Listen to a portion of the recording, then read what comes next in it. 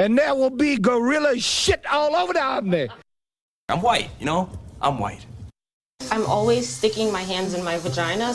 Oh, buddy! What? God-awful bunch of malcontents. I hope you all kill each other. Oh, fart nigger. What is the major problem, do you think? Too much hormones. Oh, you sound racist. Good. Yes. Yes, I am. Wow! Is very obviously gay. I look at him and I'm like, well, you're gay. Enough. I will hear no more of this Hebrew nonsense. Well, I can't understand none of it. This one begat that one, and that one begat this one, and begat, and lo and behold, someone says some shit to someone or another. Just how retarded are you? Rest now, brother. We have the watch, and I'll see you in Valhalla.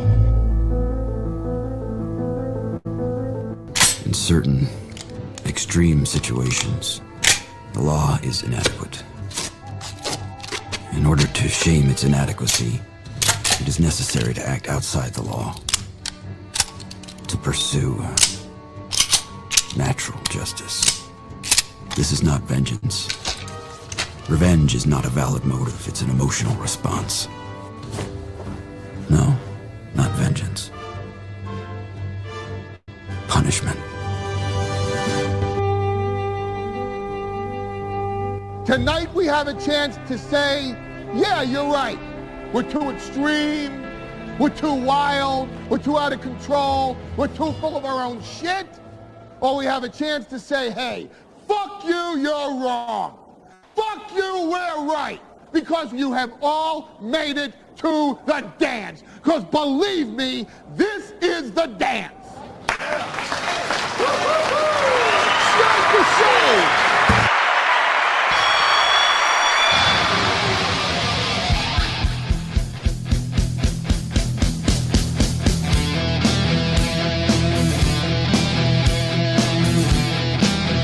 Oh, let's keep going. Good evening and welcome to the Steel Toe Evening Show. I'm Aaron. This morning was so fun, we decided to do it again. Hit thumbs up. Let's get moving tonight. Exciting show. Lots of stuff to watch. Lots of creeps to discuss. We do have a story. If, you know, they say in the biz that you need teasers to keep people hanging around. We got a guy from Kentucky who fucked a dead deer on the side of the road. So if that's your kind of a show, welcome. We had a great morning show today. I hope you catch it at some point. The audience was amazing. The material was great. And dare I say, Johnny and I, flawless as performers. Forgive me. I've had a very good day today. Not just the morning show, but I got some news on the legal end that was fantastic. I'm not really saying too much about it out of superstition because it's been going very well this entire time, and I haven't been saying much about it. So mum's the word, move in silence. Things going well. But then I went to the gym today, only got one 3-on-3 half-court game in today because it was mostly... We got some stuff going on at the new boxing gym. I've got to spend more time in the weight room, less time just running up and down the court. So I got the work in that I hate to do today. And I'm sure I'll pay for it tomorrow because my body doesn't respond well to it because I'm lazy and I don't do it very often. But got a game of 3-on-3 in. And then came home, made some very delicious food, stuck to my Lenten sacrifice of no soda. Now, we do need to have a talk. So I did get bubbler, or as we call it in this house, bubbalo, because my youngest daughter couldn't pronounce bubbler at first. So, and that's the thing about being a parent is that you hang on to words a lot longer than they do. Like the way your kids pronounce shit, you pronounce it like that forever. Like this will always, like when SP and I are asking each other, oh, would you like a bubbalo? When I text it to her that I bought bubbalo, I spell it B-U-B-L-O-W. Bubbalo. Or no, B-U-B-B-L-O-W. If it was B-U-B-L-O-W, it would be Bublo, which is a kind of Michael Bublé you don't want to meet. So that Got some good Gordy Fetch time in. All in all, it's just been an incredible day. And by incredible, I mean remarkably boring to all of you. I love boring during the week. I love exciting show. I feel so good when I get to the gym. And then, like, having a boring day after basketball and lifting and everything else, or boxing on the weekends, like, doing those things make it feel so much better when I'm sitting in a gaming sack playing Madden for an hour and a half, listening to Piers Morgan's episode for today. I can do this. I played 3-on-3 and lifted today, and then I made eggs and sausage, so we're good. I'm allowed to do this. I didn't have soda. I can be lazy. So here we are. Another show. We're going to wrap up the night the right way. We're going to head into the chat in a minute. Then we're going to get started with the show. I've got a warning for you. If you're a boxing fan or even a casual, like, pop culture boxing fan, we've got some news that I hope is bad for you. I hope you don't like the news I have. It pertains to Floyd Mayweather and Manny Pacquiao.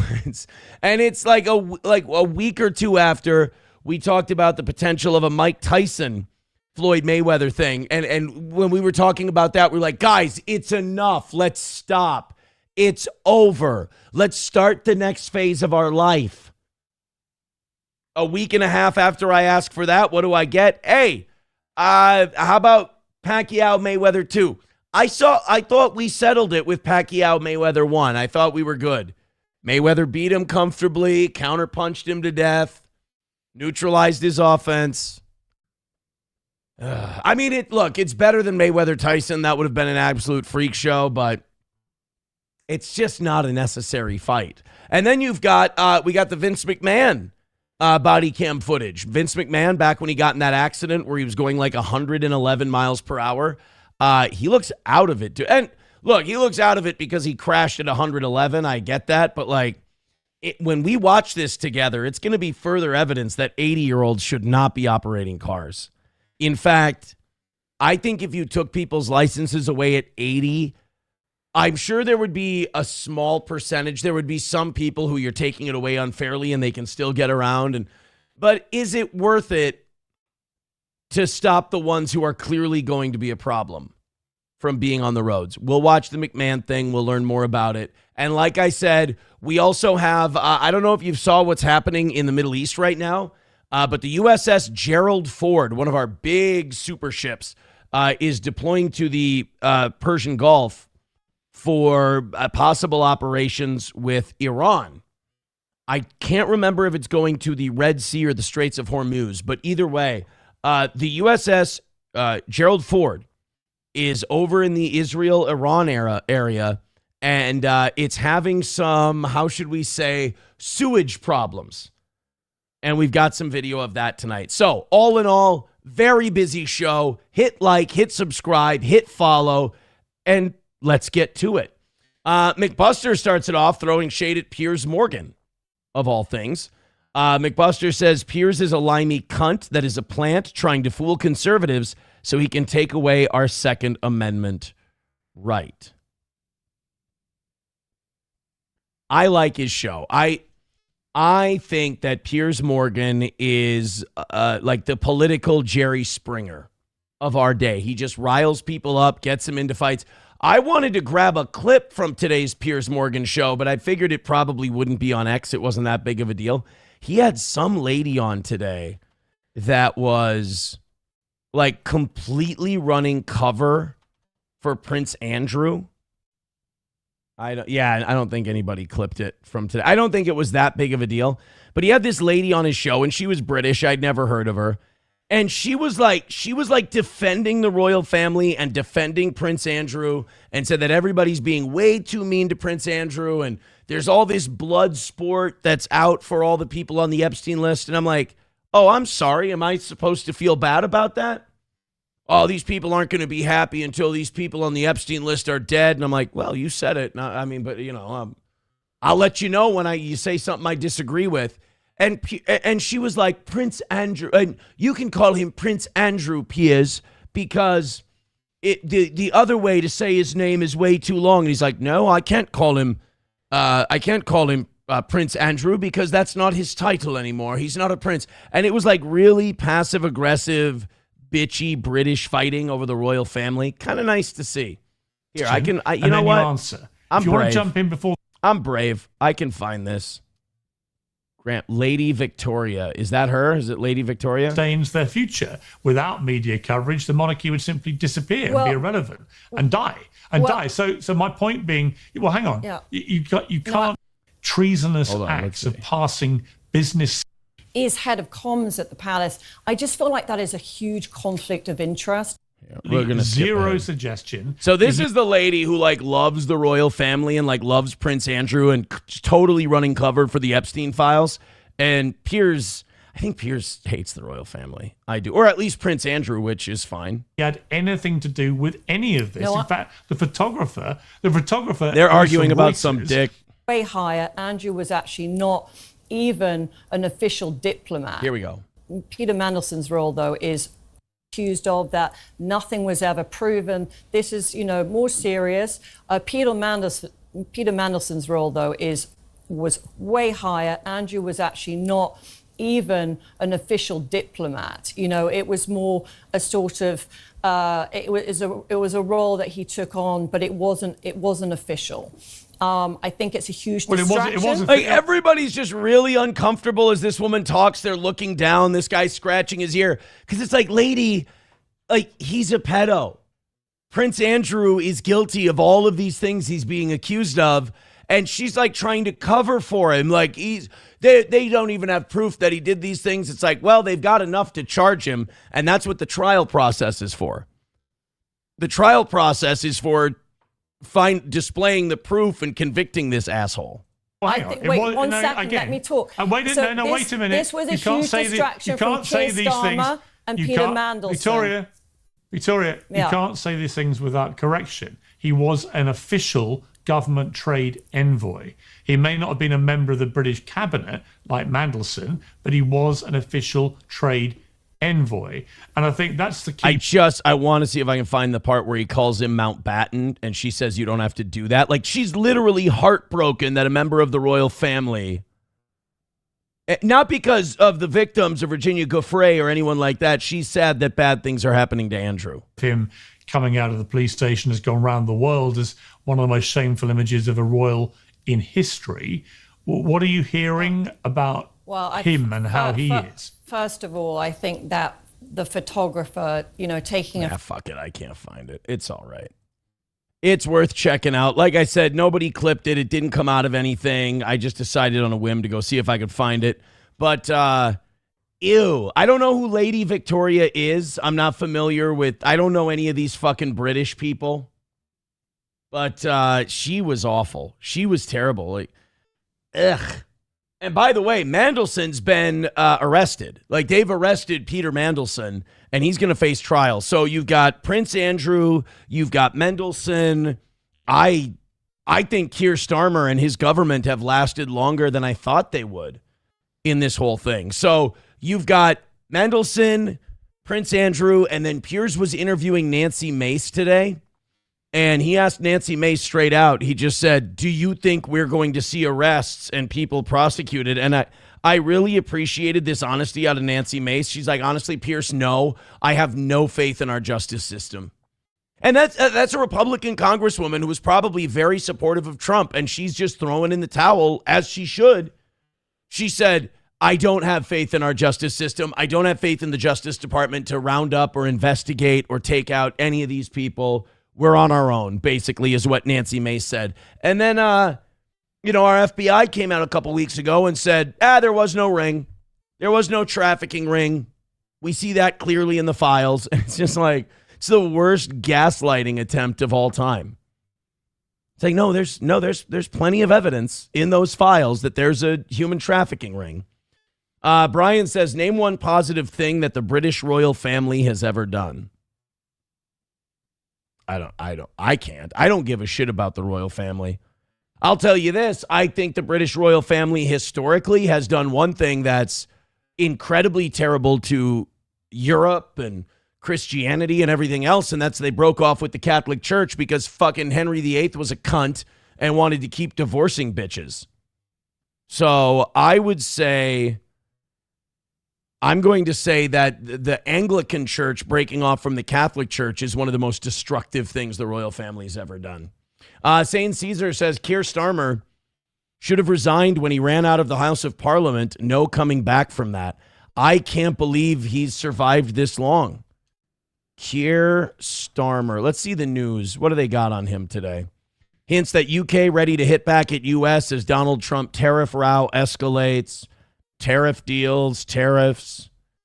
Opens investigation into Josh Simons over targeting of reporters.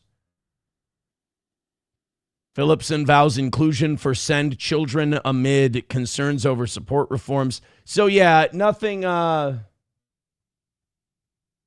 are also really pissed off about the grooming gangs in the UK as well. Here we go. We got a little update on Keir Starmer and the Peter Mandelson thing. Here you go. Let's talk to Simon Danjit then. Well, first of all, Simon, I was just saying that last week we knew that somewhere down the line the former Prince Andrew would be arrested, but nevertheless when it happened there was something incredibly shocking about it, a spectacle we never thought we'd see.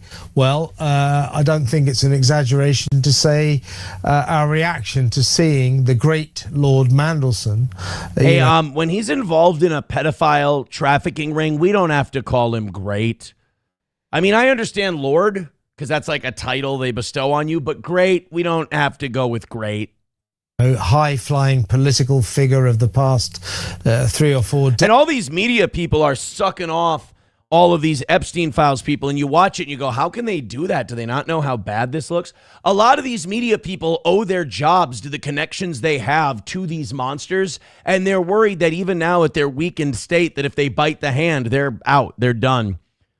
And they'll pull them right out of their seat of influence and everything. So, that's the way these blackmail, trafficking, high-powered Jewish blackmail schemes work, is that you get a little bit of everyone kind of tied to you. It's kind of like you take money from the mob. Jay Leno talked about this. He performed at mafia clubs, and he said the mob guys would go, hey, you were real funny tonight, and they try to give him $100.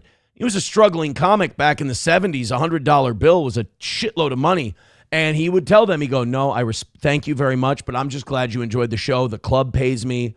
That's enough for me. Because Jay was smart enough to know that you take money from those mob guys, you're going to owe them something. So the next time you see a Lady Victoria, or the next time you see some media person going, how can they defend Andrew or Les Wexner, or how can they say that these Epstein files are bullshit and that we're all being unfair to all these people? Consider that they maybe had their careers made by people who were involved in this organization. And even in their weakened state, they're worried that the snake can still bite them. Decades, former Deputy Prime Minister being led away, put into a hatchback car and taken to a police station to be arrested like a common criminal.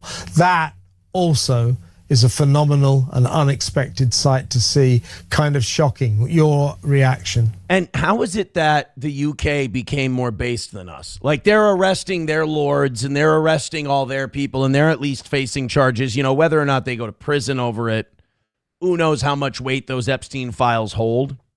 But, this is a great thing, because maybe the UK can come to the United States and they can say, hey, those 3.5 million files you're refusing to release? We need to see them because we're investigating Andrew and Mendelson. They're up on charges. We need to see the evidence that you have. Yeah, I think it's pretty unprecedented, isn't it, Kevin? But you're right. How would yours and my judgment on this has been better than the Prime Minister? We've been saying, why would you appoint Mandelson to any position in public life for weeks upon weeks, haven't we? And look what's happened. I mean, it's unprecedented, very significant, and it creates a real problem for Keir Starmer. I don't think so. I don't think Starmer is going to have many problems to worry about pretty soon. I don't see how he can survive this. I mean, who takes him seriously? What kind of authority does he wield after all this stuff? I mean, he's done, man. He's finished. And again, good for the UK for actually doing this. St. Caesar says, Aaron, as an English citizen, all of these people in current power deserve the death sentence. Also, I'm hoping the new party gets elected next. They have my vote. Is that what the party's called? The new party? Or you mean like whatever new party gets elected? OR Dystopia says, now that would really screw things up. I would love to see I don't care who it is, the UK, us, France, whatever, whoever brings this whole thing toppling down, I'm on their side. And the other thing Nancy Mace said today is, while she doesn't expect people to be charged in the United States because she has no faith in our justice system, she did say that she thinks a lot of these people stepping down and getting fired and having to leave their companies is kind of the biggest punishment that they're going to get. Redbird with $1 starting us off tonight. Hey, thank you, Redbird, and thank you, everyone who gifts memberships or Rumble rants or super chats or anything to this program. I appreciate you so much. All of you who contribute to the show in that matter directly contribute to keeping it afloat, and that is fantastic. Hit like and hit subscribe. If you can't donate to the show, that's great too. And just enjoy yourself. Redbird says Keir Starmer got his start in politics by traveling to third world countries and getting people on death row for assaulting children off and doing his best to ban the death penalty in those countries. So this Keir Starmer kind of sounds like a dirty bag of shit. I mean, he's got friends like Peter Mandelson. But then again, Trump has friends like Howard Lutnick. He has friends like Les Wexner. He has friends like Miriam Adelson. Remember, Miriam Adelson is the person who picked up John Pollard, the greatest traitor in modern American history, when he was released from prison after selling our battle plans to the Israelis, who then sold them to the Soviets. So, you know, you are the company you keep. St. Caesar says, I can't think of the new party name off my head, Aaron, but they are saying the quiet things out loud. I like it. Well, that means that they'll probably be banned soon. Usually if they're based in the UK and they're making a lot of sense, you got to start throwing them in prison. No Pen 15 says Gerald Ford found. I thought Gerald Ford died a long time ago. What do you mean Gerald Ford found dead today? Yeah, Gerald Ford died 20 years ago. What the fuck? Although he did make it to 93 years old. Not bad for an old cunt. Parlock says restore Britain. I mean, at least they're taking some steps in the right direction. We'll see where it goes from here. Michael J. Oh, did I get it wrong? Michael J. Pollard. What did I say? What name have I been saying? Did I say John Pollard? What did I say? Michael J. Pollard is an American character actor. God damn it, he got me to question myself. It's Jonathan Pollard is the spy. Oh, God, he's kind of Jewish. Holy shit, I've never actually seen the guy. He just looks like a fucking garbage man. Can we get the clip where John Pollard says that all Jews should have dual loyalty? Jonathan Pollard, all Jews, dual loyalty. Pollard claims Jews will always have dual loyalty, whether they know it or not. Convicted spy laments U.S. Jews see themselves as more American than Israeli, or than Jewish, suggests he'd counsel Jew working in American security apparatus to spy for Israel even now. That was 5 years ago. That's after he got out of jail, serving 30 years for spying for Israel while working in U.S. intelligence. And we fucking do business with these people, and we act like they're our best friends, and Mike Huckabee works for their interests more than ours, and Trump works for their interests more than ours, and around and around and around we go. MSO says, I was just joking. I know, but I've said his name so little throughout the course, the history of this program, that I was on shaky ground to begin with. MSO says, I was pretty sure Aaron would know who Michael J. Pollard was. Well, let me get a look at the fucker. And maybe I can Oh, that guy. That's oh God, I don't want to look at the movies because then I'll know. But I know him from. I've seen some shit Michael J. Pollard's been in. Maybe not. Oh, Scrooged. The original Tango and Cash. Oh, wow. There's not a lot that I've seen that he's been in. Holy shit, is he a B-movie guy through and through? God damn. No, I don't think I've seen him in anything, man. I've never seen any of these movies. This is a B-movie acting motherfucker, this Michael J. Pollard. Wow, great pull, MSO. Not bad. He says, original Star Trek. I never watched Star Trek. Star Trek's retarded. To me, I don't know. Other people love it. All right, let's move on. Hit like, hit subscribe, hit follow. And if you want to gift some memberships, what are we? 94 away from 600. The morning spoiled 500 for you today. They really kicked it in the ass. So you guys are 94 away from 600. But hell, that doesn't mean you can't get like 60 away from 600, right? Yeah, baby steps. Baby steps. So this was kind of a badass deal. Everybody was talking about this earlier. The USS Gerald Ford, a United States supercarrier, is heading towards Iran. It's rumbling towards the Straits of Hormuz, ready to fight for Israel. I mean, defend American interests abroad. There it is. Look at that thing. So it arrived in Greece, getting ready to head towards Iran. Look at that big, majestic bitch. Those big tugboats pulling them along. That's a big, bad ship right there. So, that's got to be pretty cool. A United States supercarrier ready to do battle, pulling into your port. I mean, that's huge, right? Well, let's check in on the USS Gerald Ford and see how it's doing today. That's shit. That's poop. The toilets and the plumbing on 70% of the toilets on the USS Gerald Ford today started overflowing. I can only imagine the fucking smell. 80% of toilets are completely stuck. Waste is backing up and flowing in reverse.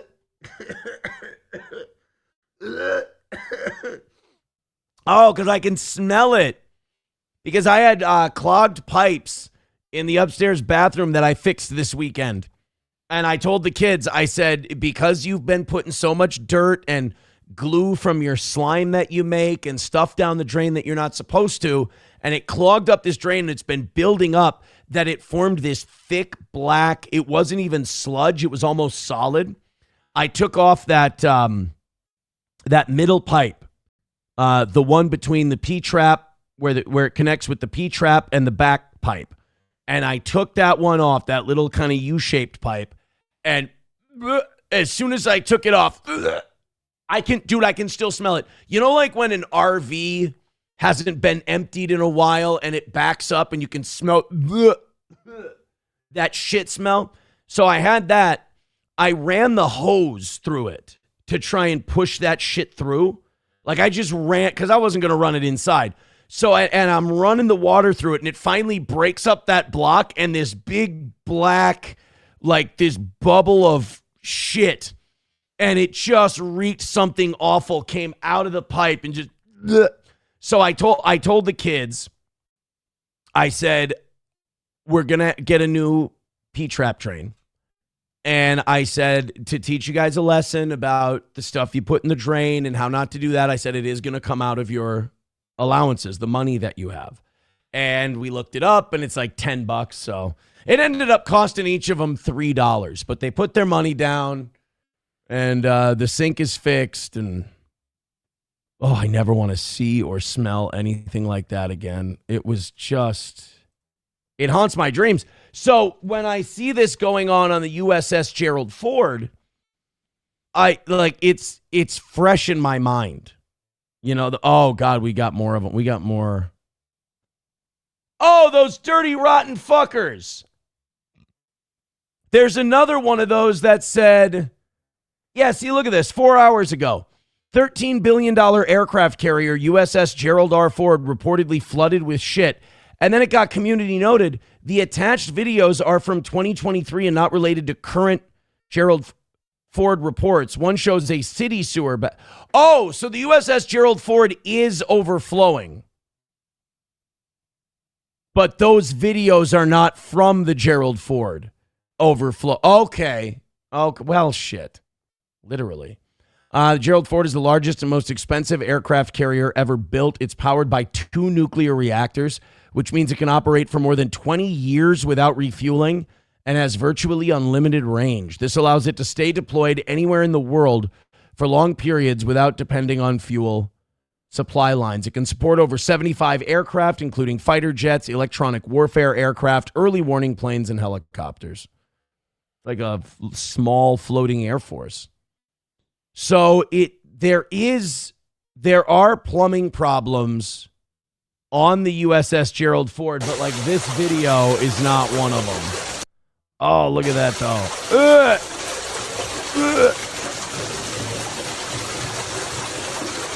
Oh, that's fucking gross. Ooh, good luck to whoever has to clean that. So there are reports USS Gerald Ford plumbing. USS Gerald Ford has faced chronic serious plumbing issues with its vacuum collection, holding, and transfer system since its 2017 commissioning. Yeah, there is a sewage crisis currently. This is 1 day ago. The Navy Times reported that the system's narrow pipes have proven inadequate for a crew of over 4,600 sailors, leading to frequent clogs and backup. Ugh. God. Well, U.S. Navy's most advanced aircraft carrier, USS Gerald R. Ford, is facing persistent sewage system failures. And this is according to multiple American media reports. Well, commissioned in 2017 for $13 billion, the carrier was designed as a symbol of American military dominance, equipped with next-generation nuclear reactors. They had no idea how complete the metaphor was. So they wanted to create a ship that was a good reflection of modern American power. And it looks really great from the outside, but if you check the inside, it's completely full of shit. Actually, they have no idea how good of a job they did. Aircraft systems and hypersonic capabilities. But nearly a decade later, it continues to grapple with chronic plumbing problems. Well, at the center of the issue is a vacuum-based sewage system adapted from cruise ships and intended to conserve water. Oh, they took you know what they did? They took the Carnival cruise ship poop cruise and they took that sewage system and they said, that'll be good enough for our sailors. But you got to figure guys in the Navy are gay, so they're butt pounding each other. They all have loose sphincters. So they shit a lot, and you got to be ready to handle that level of, 4,600 gay guys just slamming each other in the tuchus. You're going to have some problems. However, reports say the system's narrow pipes have proven inadequate for a crew of more than 4,600 soldiers. Can we switch these guys to a leaner diet, maybe more fruits? Not that the Navy needs more fruits. Leading to repeated clogs and vacuum failures. And according to Navy Times, during its 2025 deployment, the carrier averaged roughly 1 sewage-related maintenance call per day. That deployment included operations off Venezuela that reportedly led to the capture of former President Nicolas Maduro. So the guys who kidnapped Maduro were doing it and then when they'd walk into their bunks at the end of the night, they had to smell the scent of reeking shit as it flows up through the toilets. Wow. I mean, that's a different kind of sacrifice. Parlock with $2 says, it's as shitty as my last relationship. Hey-oh. I'm sure she loved you. I'm sure she only had eyes for you. $1 from Rusty Grammar says, based plumber Imholte, did you make the kids dig through their own sludge? I did. Okay, so here's what I did. When I got that first clog out of there, I rinsed the rest of the pipe into the bucket, and I did call the kids out, and I said, guys, you got to remember, I'm under the sink. I take the pipe off, and I smell this immediately, and I vomited. I forgot to tell you that. I puked I had to go into the toilet. Oh, God. So I smelled it, and I vomited a little in the toilet, and then I finished taking it off, took it outside, broke it up. Then as I'm rinsing out the pipe, I put it in a blue catch bucket, and I told the kids, I go, guys, come here. I said, I want you to smell what I was under the sink smelling and what I got out of that pipe before I, clean it out and I get ready to replace all this stuff. I go, this is why I get so frustrated when you guys put grass and dirt and glue and all kinds of other stuff down the sink. I go, I held the bucket out and I go, just smell that. And they stuck their face and smelled. Oh my God. And kids can smell some foul shit and not blink. That about knocked them on their ass. So I hope it takes. I'm not going to take it personally when it doesn't. Kids are kids. I'm sure they'll put some shit down the drain that doesn't belong there, and we'll do this again. But I just figured this time it was important that they had to smell it. That's all. $1 from Redbird. Roots with a good line. He says, call this the USS Vishnu. Redbird with a buck says, remember how you thought the cartel was behaving better than the IDF? They started releasing videos of them tying people to trees and executing them with flamethrowers. Well, shit, I guess we got our answer. Well, wait a minute. Who are they killing, though? Like, is it just innocent people, or is it like the cops they're encountering or the military they're encountering? It does make a difference. I mean, the Israelis shoot Palestinian kids waiting in line for food for fun, and they laugh about it. They're conditioned by their training to be that way. They create these little sociopaths. So I would say that if the cartels are tying innocent people to trees and executing them with flamethrowers, then yeah, they're up there with the IDF. But if they're taking their enemy combatants, like soldiers who signed up to fight against the cartel, and they're doing it, still not, on par with the Geneva Convention, still not okay. But I would say still better than the IDF a little bit. The smelling will continue until drainage improves, says Donor's Oak. I felt bad doing it, but I don't know. I just felt they should smell what they did. Johnny Mars says 500 guys went out to sea, 250 couples came back. Oh, yeah. Thank God. Thank God that we got rid of that don't ask, don't tell, so the Navy could be free. You know what I was watching today? I was watching I got caught up in a 50-minute, I didn't watch the whole thing, a 50-minute video of Eastbound and Down bloopers. That Eastbound and Down blooper where the little Mexican midget is telling that guy he's going to kill him in 18 different ways is still the funniest shit. And Danny McBride not being able to hold it together, always funny to me. Let me see if I can. To know who goddamn Trishelle from fucking Real World is. Jesus. She's our fucking American celebrities, dog. The top of the fucking pile. This is my favorite one. He doesn't fucking understand. You understand, you motherfucker? You understand, you motherfucker, you fucking cocksucker? He's begging for his life, this fucking cocksucker. What a bitch, huh? What a fucking bitch. What a bitch. What a bitch. Yeah. He's not supposed to be laughing in this scene. This is just a blooper that they let keep running. It's probably my favorite Eastbound and Down blooper. I like your burrito. Look at that. You want to cut your burrito? You want me to fuck this maricon? You can fuck him if you want to. The fuck are you laughing for? Why do you want to fuck this man? I'm asking you to find money from him. I'll cut your fucking titties off, you motherfucker. You fucking cocksucker. I'll cut your fucking titties. Titties! No. The fuck I want your burrito for? You fucking cocksucker? I'm going to cut your fucking dick, and maybe they'll put a fucking smile on your fucking face. No, please. No. Good job, Aaron, but Aaron, I fucking love when you get violent and fucking say shit to people. You want to see my... It's fun. Joey Caravello's mommy says, I just saw that blooper reel. Hilarious. Yeah, I'm like 10 minutes into it. I think I'm on the Matthew McConaughey ones. Fucking, it's just, they have a way of just making those shows look like so much fun to make, even though they're probably stressful as all shit. Soviet Shark says, play the Japanese Navy recruitment video. It's nice. I gotta get moving here. I'm doing tonight's show for fun. I gotta give these people something. I don't think they're enjoying it. Hit like, hit subscribe, hit follow. Thank you to everybody who's been throwing ones in tonight. I appreciate that. So here's what's on the thumbnail. Here's why we have the title, No, Not Again. They're going to do this shit on Netflix. They threw out the idea of Floyd Mayweather versus Mike Tyson. And I guess it got met with a lukewarm response. So they decided, all right, we're going to go Floyd Manny too.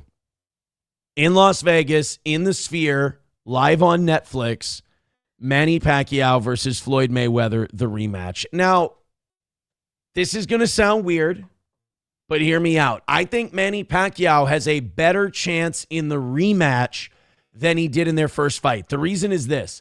Manny Pacquiao has been fighting at a championship level in the last year. Manny Pacquiao fought to a draw the WBC champion who just got beat by, not Danny Garcia, Ryan Garcia. Ryan Garcia just beat, it wasn't Ramirez, wasn't Barrios. Might have been Barrios. Ryan Garcia beat him, took the WBC welterweight championship off of him. Manny Pacquiao at 46 years old fought that guy to a draw last year. I watched that fight. I was so happy for Manny. So there's something to be said about competing at a championship level and kind of keeping your body in that shape. Now, Floyd keeps himself in really good shape too. But whoever's going to win the fight doesn't really matter. The fact that I think this is bad for boxing because you're putting two damn near 50-year-old men in a ring together to fight each other, and it's going to be huge, and it's going to be a massive event, and people want to go back and watch the rematch of this. What they fought in 2016, I think? I remember we had a comedy show that night, and we tried to get that shit done early. We got off stage like a half hour early so that we could go watch Pacquiao-Mayweather because we booked the tour like before the Pacquiao-Mayweather fight was announced, before the date was announced. And so we had that date. Still sold out the show. It was at Mr. Jim's in Foley. Adrian and I had a great show, but we were hurrying our asses home as quick as we could to see Pacquiao-Mayweather. And then it turned into about a 12-round sparring match. So doing this a second time, I think, is a bad look for boxing because they do have a lot of really young, exciting fighters at pretty much every division. And also Canelo's still out there. And the big thing, and this will be the highest grossing and most watched fight of the year, whether it's boxing or UFC, this will be the biggest combat sports event of the year. 49-year-old Floyd Mayweather and 47-year-old Manny Pacquiao getting it on Netflix in Las Vegas at the Sphere. Okay, yeah, Money Mayweather's 48, Pacquiao's 47. It's going to be in Las Vegas on September 19th. They're going to do the rematch. And of course, let's say Pacquiao beats Mayweather this time around, then you got to do it again. And this is going to be a professional fight. This isn't going to be an exhibition. So Mayweather is putting his 50-0 record on the line, which, again, just doesn't seem a reasonable move for him. It just goes to show how hard it is to get this fucking sport out of your bones. Like, it's just buried in there, especially when you've done it your whole life. Once you realize you can get hit in the face really fucking hard and you can throw punches back at someone really fucking hard, that doesn't just leave you. You know, when you can make somebody miss and then fucking wreck them right in the head or make them double over from a body shot, like that's in your fucking blood and in your bones now. That doesn't leave. And now imagine you do it for hundreds of millions of dollars. And you know that no matter how many hundreds of millions of dollars you have, you can make another $100 million fighting each other again at nearly 50. Pacquiao made a comeback in 2021. He's been fighting about once a year since then. So if you have Netflix, you'll be able to watch it for free. Floyd also talked about the upcoming bout, saying it will be the same result as his unanimous decision victory more than a decade ago. I don't know, man. Again, I think Manny's got a shot. It was so weird watching Manny's last fight, like he was wearing leg warmers, basically because he's older and he needs circulation in his legs. And he's got, his knees are bad. And, we're going to watch two grandpas duke it out in Las Vegas. And it'll do well, and a lot of people will watch it, and people have parties for it. Because if you're my age, it'll remind you of your 20s and all that shit. It's that nostalgia pop, man. Millennials and Gen X love nostalgia shit. Got some breaking news here. Home Improvement star Zachary Ty Bryant sentenced to over a year in jail. He just... he racked up too many Deweys. He kept getting busted for being drunk, kept getting busted for driving. I mean, even if you're a former celebrity or whatever, I mean, it's still, you can still only do that shit so many times before a judge just gets sick of your shit. And that's where they're at with Zachary Ty Bryant. All right, guys, hit like, hit subscribe, and hit follow. And by God, if the spirit moves you, go ahead and throw a couple of bucks at the toe. Oh, this would explain a lot. Less than 200 people checking out the show right now. Holy shit. Yeah. Go ahead and help out the show in any way.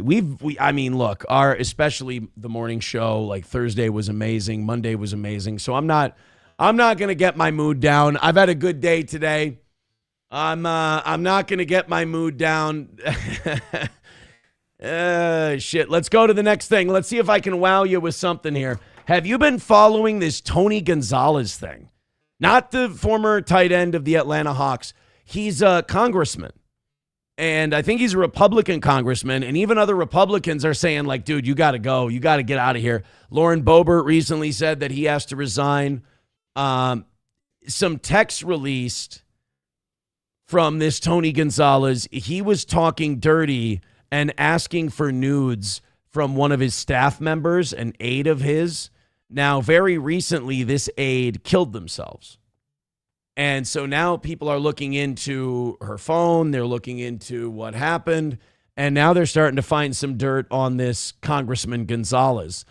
Just after midnight on May 9th, 2024, U.S. Representative Tony Gonzalez begged an employee, Regina Santos Aviles, to send him a, quote, sexy pic when she pushed back, poor choice of words, saying the conversation had gone too far. The married San Antonio Republican persisted, saying he was just, quote, such a visual person. Ew.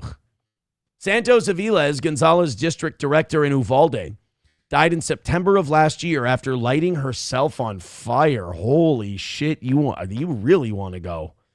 Her husband, Adrian Aviles, released these text messages to the San Antonio Express News over the weekend as evidence of an affair between the congressman and his staffer. Ooh, that's... So the husband, that's kind of a weird spot for him to be in, because on one hand, your wife did off herself, and that's very sad, and I'm sure you're very heartbroken, but then you find out about the affair, and like in a weird way, it kind of softens the blow. Aviles told the newspaper that the relationship and the professional ostracization his wife faced after it was discovered led to her to become despondent before her death. So that's what these demons and these monsters do. Not that she isn't responsible for her part in it. A lot of people have this weird thing where they act like the woman was tricked, or that this congressman made her do anything. Like, they're grown women. They made their choices. She chose to have an affair with this guy. Having an affair with your boss can cost you your job. You got to take responsibility for that part. He said in November, Gonzalez did not respond to a request for comment. He did say in November after her death that rumors of an affair between him and Santos Aviles were, quote, completely untruthful.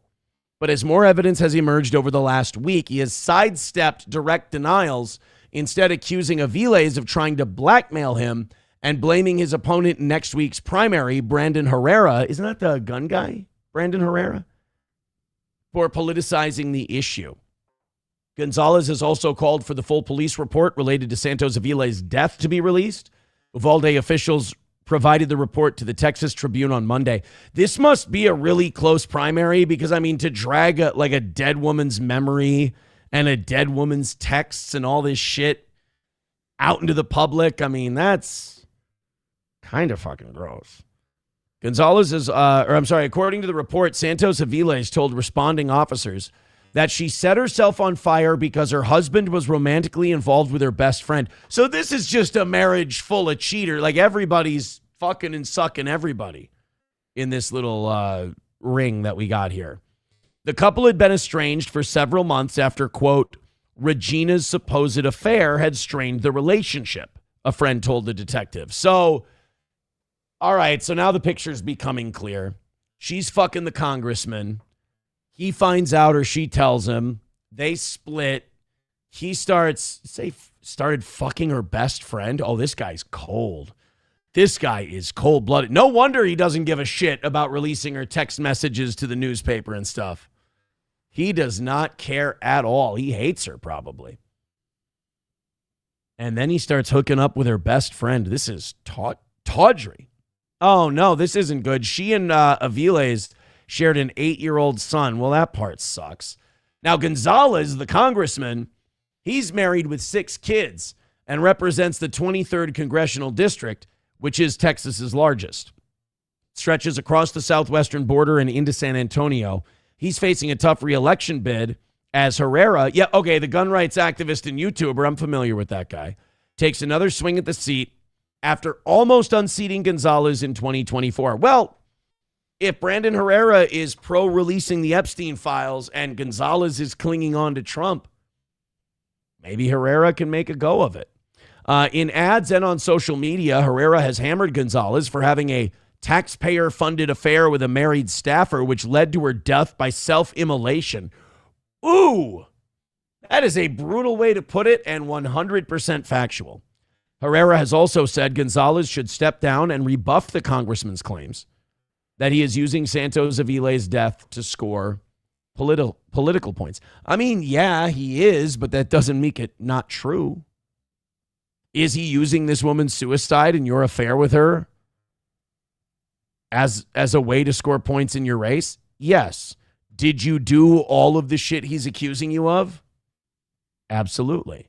Now, the messages sent weeks ahead of Gonzalez's runoff election against Herrera in May 2024 show that the congressman repeatedly pushed the conversation in a sexual direction, even as Santos Aviles tried to deter him. After requesting an explicit photo, which she declined to provide, he asked her, quote, her favorite position. She asked for his first, and he said, on top, pinning your legs.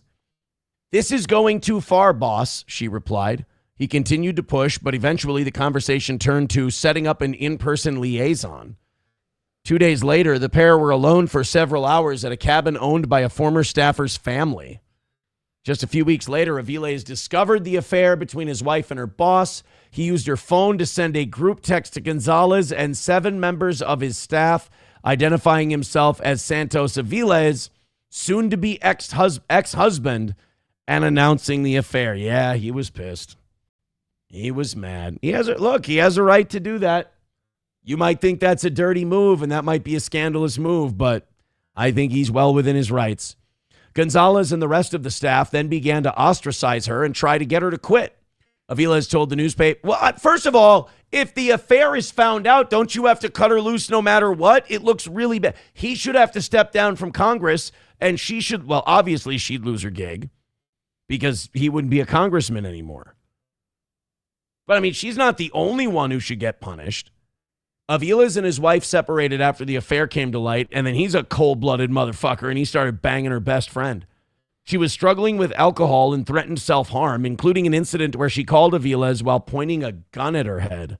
So this whole thing broke her. In mid-September, 5 months after the affair came to light, Santos Aviles told some family members she was pretty sad about the situation and saying she wanted her family back. The next night, Santos Aviles texted a friend, alleging that Aviles was romantically involved with her best friend and expressing that she was upset. She then doused herself in gasoline and sent a video of the act to her friend, asking him to tell Aviles to, quote, have fun raising our son. What a piece of shit.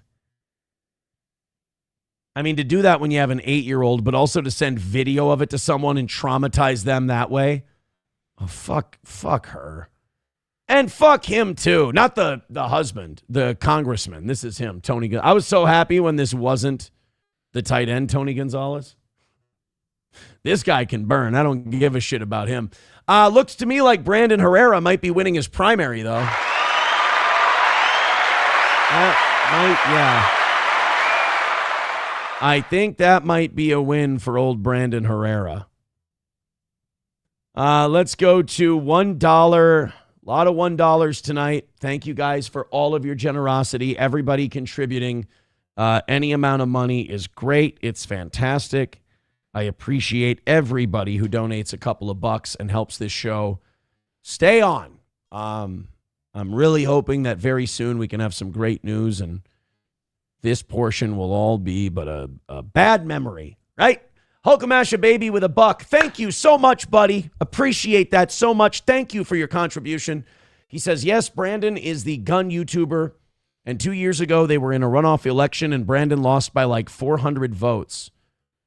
Also, Gonzalez runs blatantly false ads against Brandon. So I say turnabout is fair. Well, if Tony Gonzalez did the shit he's accusing him of, then they're not unfair attack ads, right? Thank you so much to Silverwolf for $2. Thank you, buddy. He says he's pro-releasing the files and Israel hates him. Herrera or Gonzalez?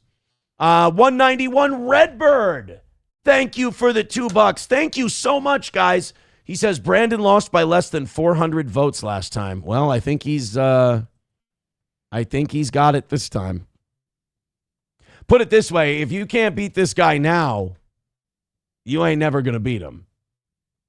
Papa Shab says Aaron's favorite position is standing over the sink while eating an entire rotisserie chicken. It's not a sexual position. Not to most people. Silverwolf, thank you. Appreciate this, guys. I appreciate every contribution you guys throw at the show. This is great. Silverwolf with $2 says it was Herrera. Oh, okay. All right. Herrera is pro-releasing the files and Israel hates him. Well, then I like him. If Israel hates someone, then I'm a huge fan of whatever it is they're doing. I gotta see what she looks like. Is it weird to look up what she looks like? I feel like I'm going to Google her, but I don't feel good about it. Oh, by the way, this is interesting. I wanted to know about this because we were talking about the Eastbound and Down bloopers. Punished Ahab, who needs a membership on YouTube, says in showbiz, it said that horror movies and shows are the most fun on set and comedy is the most stressful on set during filming. Wow. Did not know that. Redbird with $5. Wow. Holy shit. Thanks, guys. Keep this. I'm loving this. That's really nice of you. Redbird with $5 says Brandon's campaign is completely grassroots funded. He owes no one anything except to the people that elected him. Well, good. Good. I hope that continues. Working class icon on Rumble says, can we address the elephant in the room? Uh-oh. What's the elephant in the room? This type of drama is very Mexican and why we should chill with the Latin American heritage representatives. I think what makes it like really, really Mexican is the him sleeping with her best friend part. Like that's a cold Latin knife. What was her name? What Aviles? Tony Gonzalez, affair staffer. It was facing intense scrutiny. Regina Santos Aviles. Regina. Let's get a look at this lady. See how he did. Not bad. She's all right. I mean, not blow up your fucking life and put your job. Like, gotta remember, being a congressman is a swanky fucking job. You barely have to do anything. You can launder all of your campaign contributions through corporations, and you can pay yourself handsomely. Like, if you have one of those really safe districts, you fundraise and you fundraise and you fundraise and you fundraise, and then you have a family member or a friend as your bag man. Your campaign pays him for some kind of consulting work, and then he just gives you a nice big fat bag of cash. I mean, there's more to it than that, but that's pretty much how it goes. You can't take campaign contributions and put them right in your pocket, but like Ilhan Omar didn't become a millionaire because she saved her nickels. So to put that all at risk for that, dude, I mean, they better be Helen of Troy. Not the Buddhist monk who set himself on fire to protest the Vietnam War. Shit, man. Control yourself. No, it's not called self-immolation. It's self-immolation. Root says self-immolation is just covering yourself in bacon grease and wrestling a hog. Actually, you don't want to cover yourself in bacon grease when you wrestle the hog because it cuts down on the friction. You can't really get a good grip on the hog to flip him or turn him or pin him. So what I meant to say is I don't cover myself in bacon grease. Papa Shab says, now you're using your noggin. Yeah. You know? You got to launder that campaign money nice. So like fucking some trollop from the office pool seems like a really stupid, short-sighted idea. Oh my God, you need me more, dropping a 5 on PayPal. Thank you very much. You need me more. Thank you guys for this, for all your generosity. She says, good evening, Aaron. My dentist this morning had 3 heads when I got out of anesthesia. It was pretty comical. Killer headache tonight, though. I hear you. I'm a week off of dental work, and it's just about all the dull ache is just about gone. I think the only reason I had a bit of a dull ache in the gum area today is the blood pressure increase when you're working out and stuff and all that. I think that causes it to throb a little extra. Oh my God, Redbird with $5. What's going on? $5 here, $5 there, $5 everywhere. Gifted memberships over here. Thank you guys. $5 from everybody is it's very generous. Thank you. Redbird with $5 says you blew the #1 local radio show down the drain for a Minnesota 5. I mean, thank you for the $5. I appreciate that remarkable generosity, and that's very nice of you, but that hurt. That hurt. $2 from ORD says, welcome to Donald Dump's shitty age, oy vey. He ain't wrong. He ain't wrong. Can't say the guy's wrong. Thank you for the $2, ORD. Thank you so much. You guys are killing it. Keep it going. Appreciate it. Root says, let's be fair. April was a Minnesota 7. I've heard 6 from most people. I've heard, kind of splitting the difference. One of you said 5, one of you said 7. I've heard a lot of people say Minnesota 6. Isn't that what Brennan said? Well, she was, no matter what, you got to admit, she was one hell of a blown out Coke junkie. That's, look. We can argue about a lot of things. We can argue about Minnesota 6, Minnesota 5, Minnesota 7, Minnesota 3. She was a good old strung out fucking Coke junkie at the end of the line, right? At least we don't have to debate about that. MSO says, did Oz ever find out how much money he lost? I think I did message Oz. Yeah, I messaged Oz and I said, basically what I told him was, I'm going to pay you for Thursday because I think he would have, and it's coming out of mine. It's not coming out of like the bank or anything like that. I think he missed out on like $110. Like that would have been his cut of the extra on Thursday. It was, it's pretty bad. Pretty bad for him. Taste Ferrier Alto says, she sure was. Root says she's a California 2, Chicago 4, Indiana 8, Minnesota 7. Indiana 8, that's unfortunate for the state of Indiana. All right, let's talk about this fella.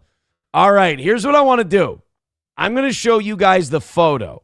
I'm going to show you guys the mugshot. You're going to tell me what he did. Take a look at that Rasputin, dead-eyed motherfucker. And I want you to tell me what he did. All right, I'm going to give this a little time. This guy looks like if he stands up straight, he's about 5'5". So he's a dumpy little demonic, kind of like a little bit of a necro butcher look to him, if you get the reference. I guess he needs a little more gray hair in the beard to be necro. But if you just take a look at this guy, if you just judge him by the mugshot, what did he do? All right, we're going to come back to the story in just a second. I know there's a little latency with the chat, so I'm going to give it just a second. You're going to tell me what exactly it is that this fucking goofball did. Uh-oh. There we go.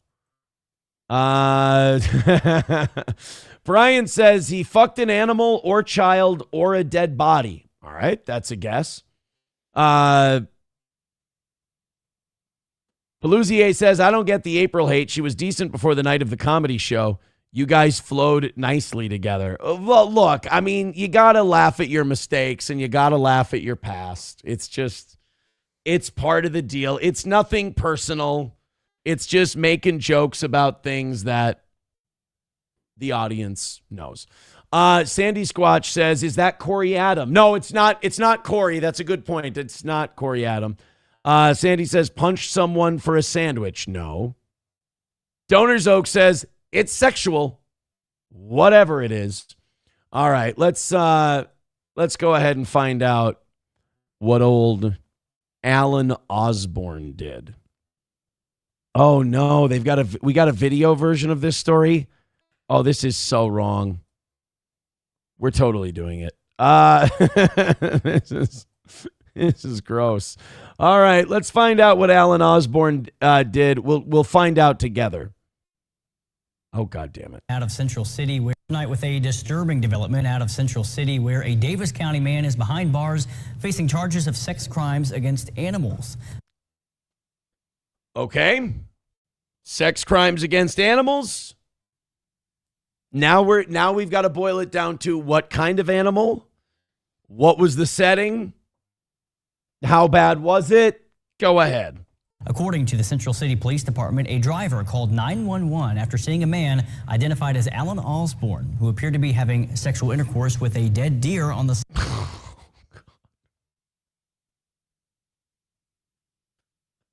I have so many questions, most centered around how and why.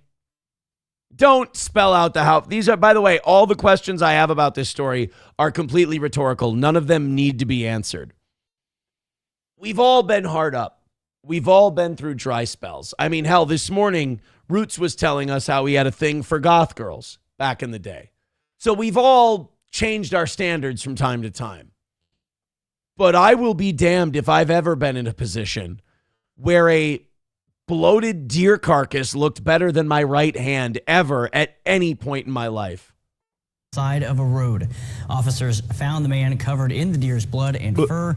Osborne was arrested and then taken to the Muhlenberg County Detention Center. He is charged with sexual crimes against animals.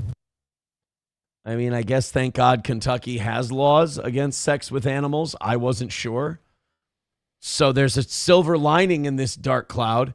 Also, Alan Osborne does look like a guy who would fuck a deer. Like if I were to go to you, hey guys, let's do this story in reverse. There's a guy in Kentucky who got arrested for fucking a dead deer on the side of the road. Aaron, you're joking. That didn't really happen. No. It was really a guy from Kentucky named Alan Osborne. Aaron, stop. You made that name up. It's not true. Well, have a look. Oh, okay. I'm buying it. All right. That's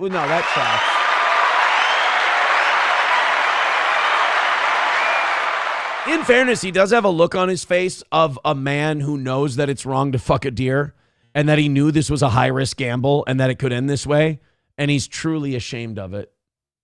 So at least there's that. The news story that we have here does not list any details, which is probably a good thing. We don't need them.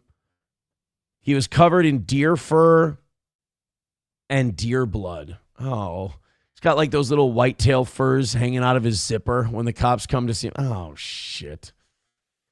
Oh. Yeah, like I agree with Roots. At least the guy looks ashamed. Like if this guy had like one of my mug shots for fucking a dead deer on the side of the road, what a fucking creep. You know, that little smirk and the smile and everything else. At least he's like, oh God, everybody's going to know. That's a man who's quickly worked through the stages of grief and got to acceptance really fast. And I feel like of all the things we need to be critical of him for, and there are many, his acceptance of his fate and what he's done is certainly something that's on the good side. Dr. Doom, oh, wait, me like a dead deer? That's an odd metaphor. Roots says, imagine driving past that like, what the fuck? Not only imagine driving past it, imagine traffic backing up and slowing down and you're getting pissed because you're late to go to work or whatever. You're like, what the hell's going on up there? And you get up there and there's a guy just pumping away on a dead deer carcass. And you're like, if you look twice, are you fucked up? And if you slow down, are you fucked up? Like, that's the ultimate test. Like, I always feel that way about car accidents on the side of the road. If I slow down and look, I'm part of the problem. Like, I'm a piece of shit. So I don't know. Landers says he probably looks that way because he didn't finish. That's no nut disappointment. You know what? I hope it's from realizing, oh my God, I got arrested for deer fucking, but you could be right. Brian Honky says that's the 30-point fuck. That is, it's the 30-point fuck.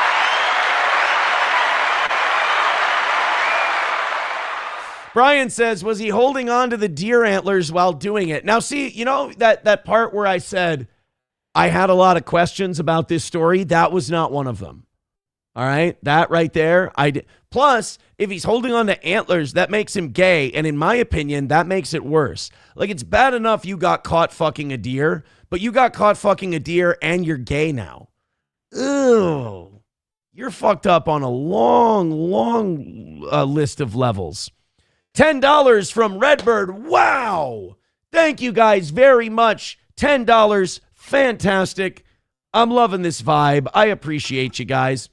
Redbird says, it could have been worse. Oh boy, I can't wait to hear this. How could the guy fucking a dead deer on the side of the road in view of everyone getting arrested and going to jail? Please tell me how it could have been worse. He could have spent 6 months traumatizing innocent children. I feel a little bad about this cheap shot. Have 10. I don't get. It's probably a good joke, too. I don't get the traumatizing little children joke. Fuck. All right. I'm trying to think what the joke on the... Are you trying to say like my previous life? Because that wasn't 6 months. I want to help out your joke. It would have been December, January, February, March. It would have been 4 months. 4.5 months. It would have been. All right. So that... Okay. I think that was the joke. And then yeah, okay, now I get it. That's not bad. That's not bad. Aaron, what's your take on Red Bar going MIA? I think he's sick. I think he's sick and he's not doing very well, and he's taking time away. No big surprise. That's my thoughts on the matter. All right, let's get into the Vince McMahon thing. We've been holding on to this for a couple of shows. By the way, appreciate that $10, Redbird. Thank you so much, all of you who continue to contribute to this show. Thank you so much. Hit like, hit subscribe, hit follow, and if you feel like doing something else, get after it, man. We appreciate your generosity. So this is that accident from last year where Vince McMahon was going 115 in his Bentley and got in an accident last July of 2025. The video just came out. Now, a lot of news is coming out about Vince lately, and some of it very interesting. Some people are saying that he's got proof that this Janelle Grant lady is lying about being trafficked by him, and that case might fall apart, which then paves the way for Vince to come back to wrestling. Some are even theorizing that Vince and a Saudi billionaire are planning to buy WWE from TKO and take it private again with Vince as the main owner, the majority owner of the WWE. It's interesting to me. I don't hate the idea of Vince running it again because it's not a very entertaining product now. But this is Vince McMahon in the Bentley last July going over 100 miles per hour, and then we have the interview with the police officer afterwards. Hit like, hit subscribe, and hit follow. I appreciate everything you guys do for the show. Thank you so much.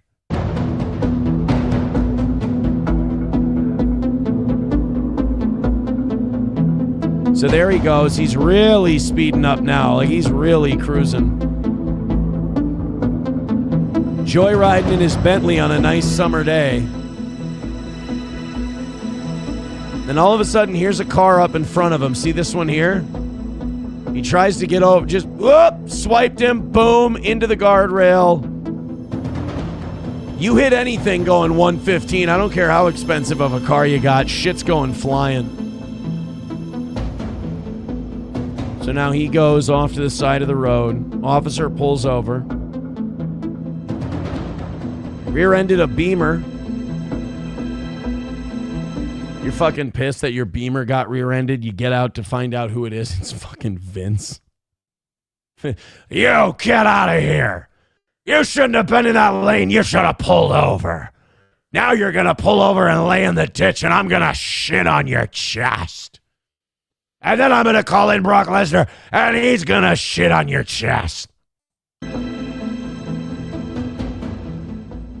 need an ambulance? No, I don't. All right. Why were you driving over 100 miles an hour? It's my granddaughter's birthday.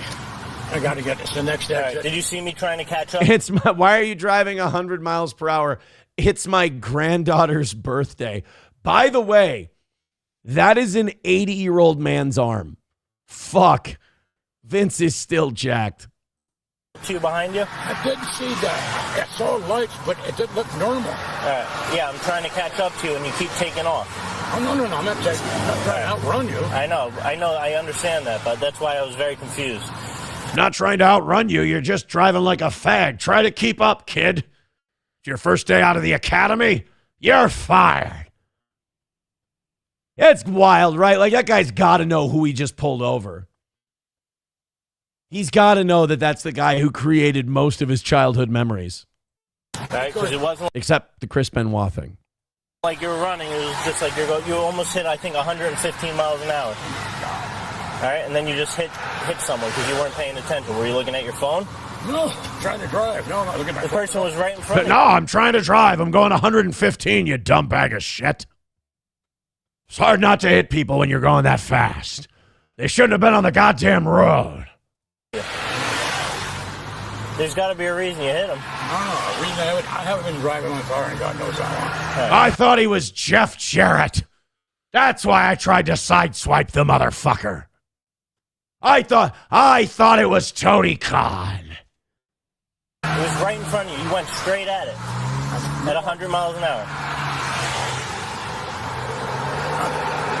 I'm sorry. I'm mourning the death of the Hulkster. This is right around the time Hulk died, July, right?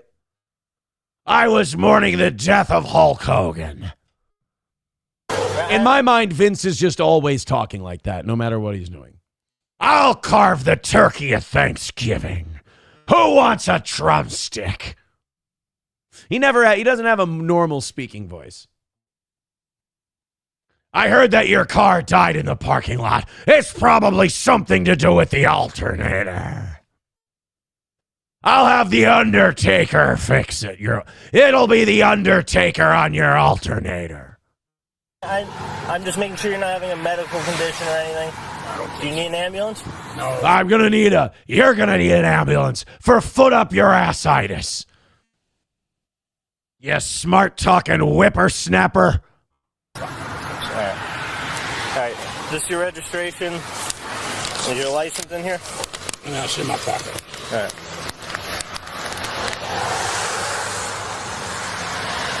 I'm going to go ahead and I'm going to say that car's totaled. I'm going to say that Vince's Bentley. That's going to be an insurance claim, I think. Parlock with $5. Wow, thank you, Parlock. He says, I thought I was being chased by Stone Cold Steve Austin and The Undertaker. I thought Eric Bischoff was up my ass. I was trying to outrun Coco Beware and Axe and Smash. I didn't know that I'd be pulled over by the big boss man.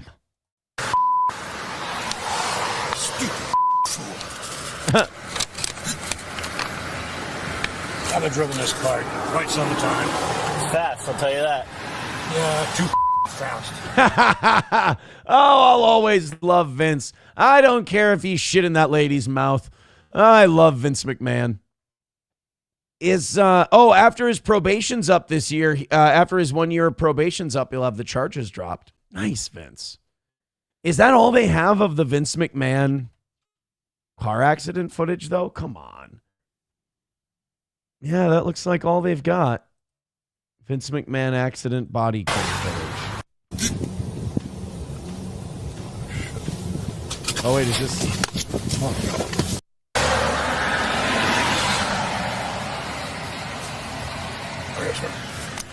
Oh, he got his license, though. Oh, what's this? Oh.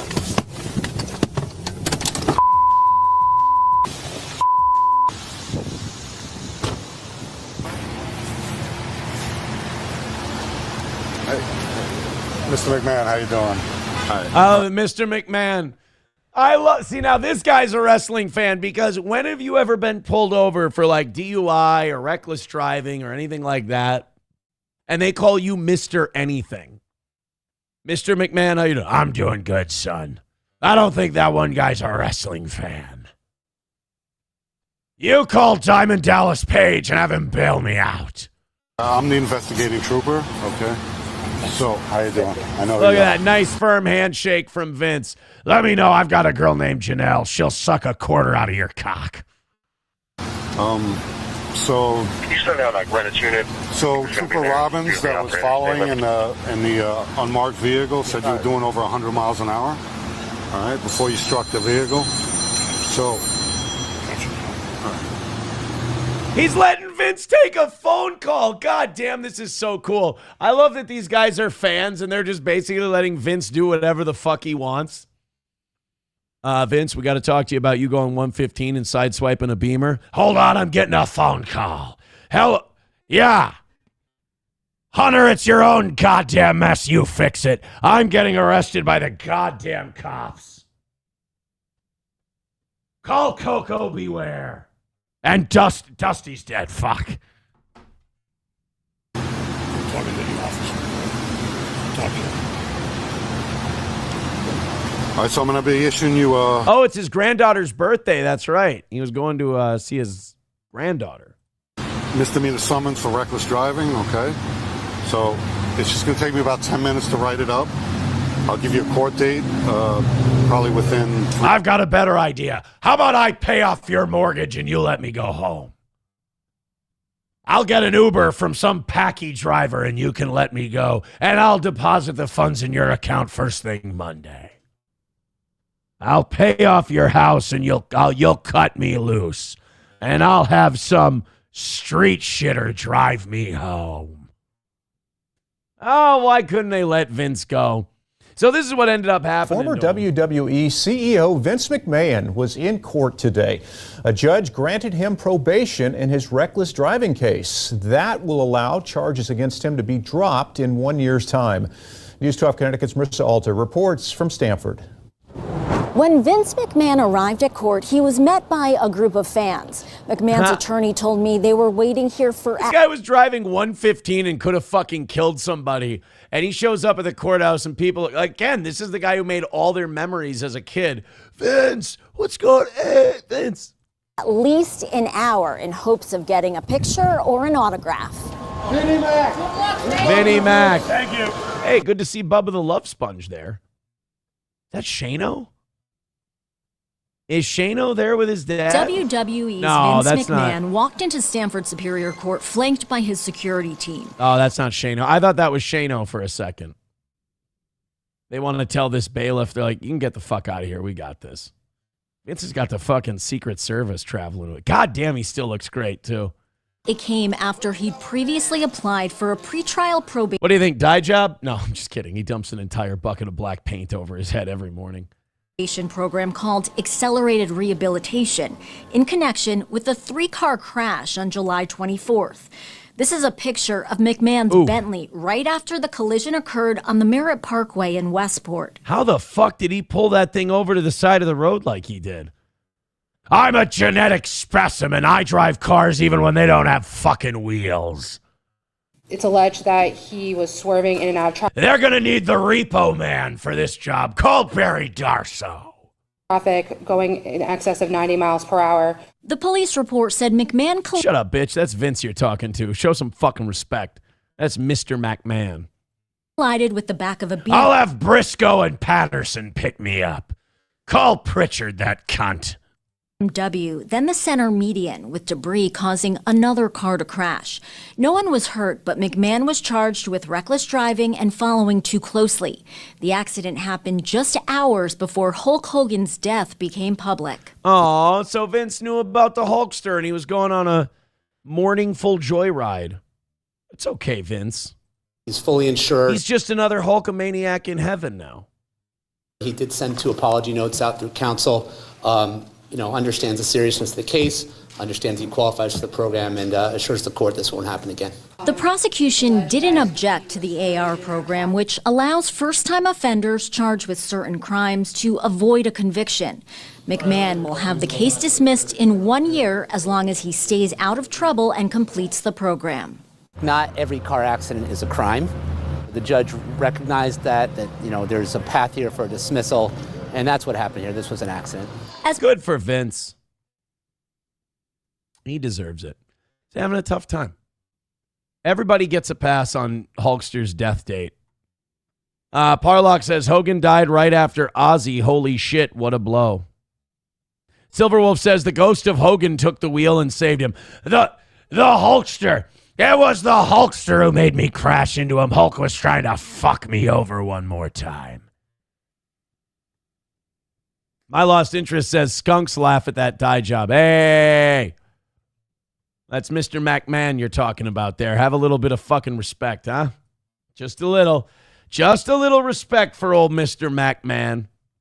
Thank you for that $5, Parlock. I appreciate that. Very nice of you. All of you who are chipping into the old toe tonight, you're the kindest. You're the best, and I appreciate you. Oh. I almost got Von Erich on the side of the fucking road. Too soon, Vince. Too soon. Gurmy says last time he was in court, he had a neck brace. That was funny, though, dude. Like when he was on trial for the steroid thing and he had the neck brace on to look sympathetic. Didn't Weinstein steal that move from him? Or no, he was in a wheelchair. The fat, goofy rapist fuck. Hobo Chili Recipe says, my litigation will be done by the Brooklyn Brawler. You think you're ready for my representation? I'd like you all to meet Erwin R. Shyster, IRS. That's really hurting my fucking voice. I've never done Vince McMahon's voice for this long. Oh, now you've all done it. You wanted to meet my representation. I don't think you do. Welcome the Road Warriors. What a rush. Road Warrior Hawk, Road Warrior Animal, the Legion of Doom. And here to bring my copy of the Wall Street Journal, it's Precious Paul Ellering. Oh, fuck. That's way too much fun. A goddamn wrestling bit on this show. That's low-hanging fruit for me. $5 from Fuck You, dude. Thank you, dude. $5. He just writes savory. That's 2 shows in a row now. He sent us $5 and said savory. It's fucking... I don't know if this is like it's building to something. Hold on.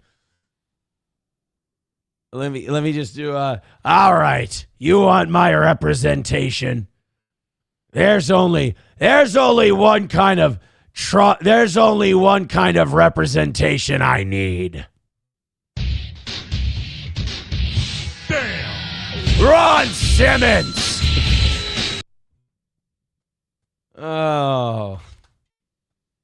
I brought my absolute best with me today. You're all fucked. That's right. I brought with me our truth.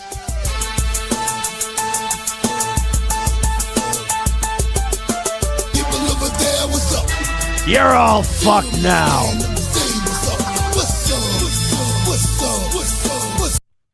You think I'm fucking around with these charges? I don't give a shit if it's a misdemeanor. I'm calling the dogs on this one. Oh, you didn't know? Your ass better call somebody. I can't do, I shouldn't be allowed to do Vince segments anymore. It's just... Taste Fairy says that was a weird APA ripoff theme. Ron Simmons took, he did that damn, that was his new character, like, after he was done wrestling. I love damn era Ron Simmons. Where he would just be hanging out backstage in Raw. Something fucked up would happen. And then Ron Simmons would be waiting there to say, damn. Here. Show you.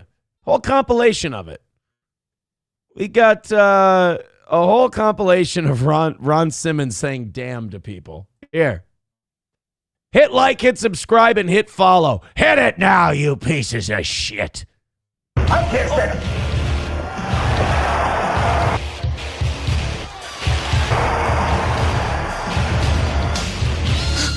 Oh, and that's the other thing. Ron Simmons would pause for an inordinate amount of time before yelling damn at the person. Then he would leave. Anybody there? No, Ron.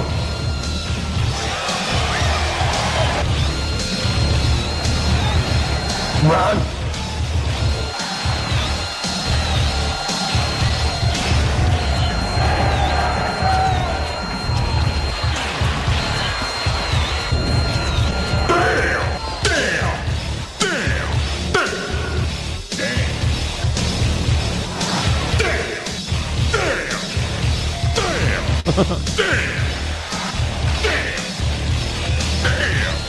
I love how everybody would always jump too, like there was some big scary thing happening.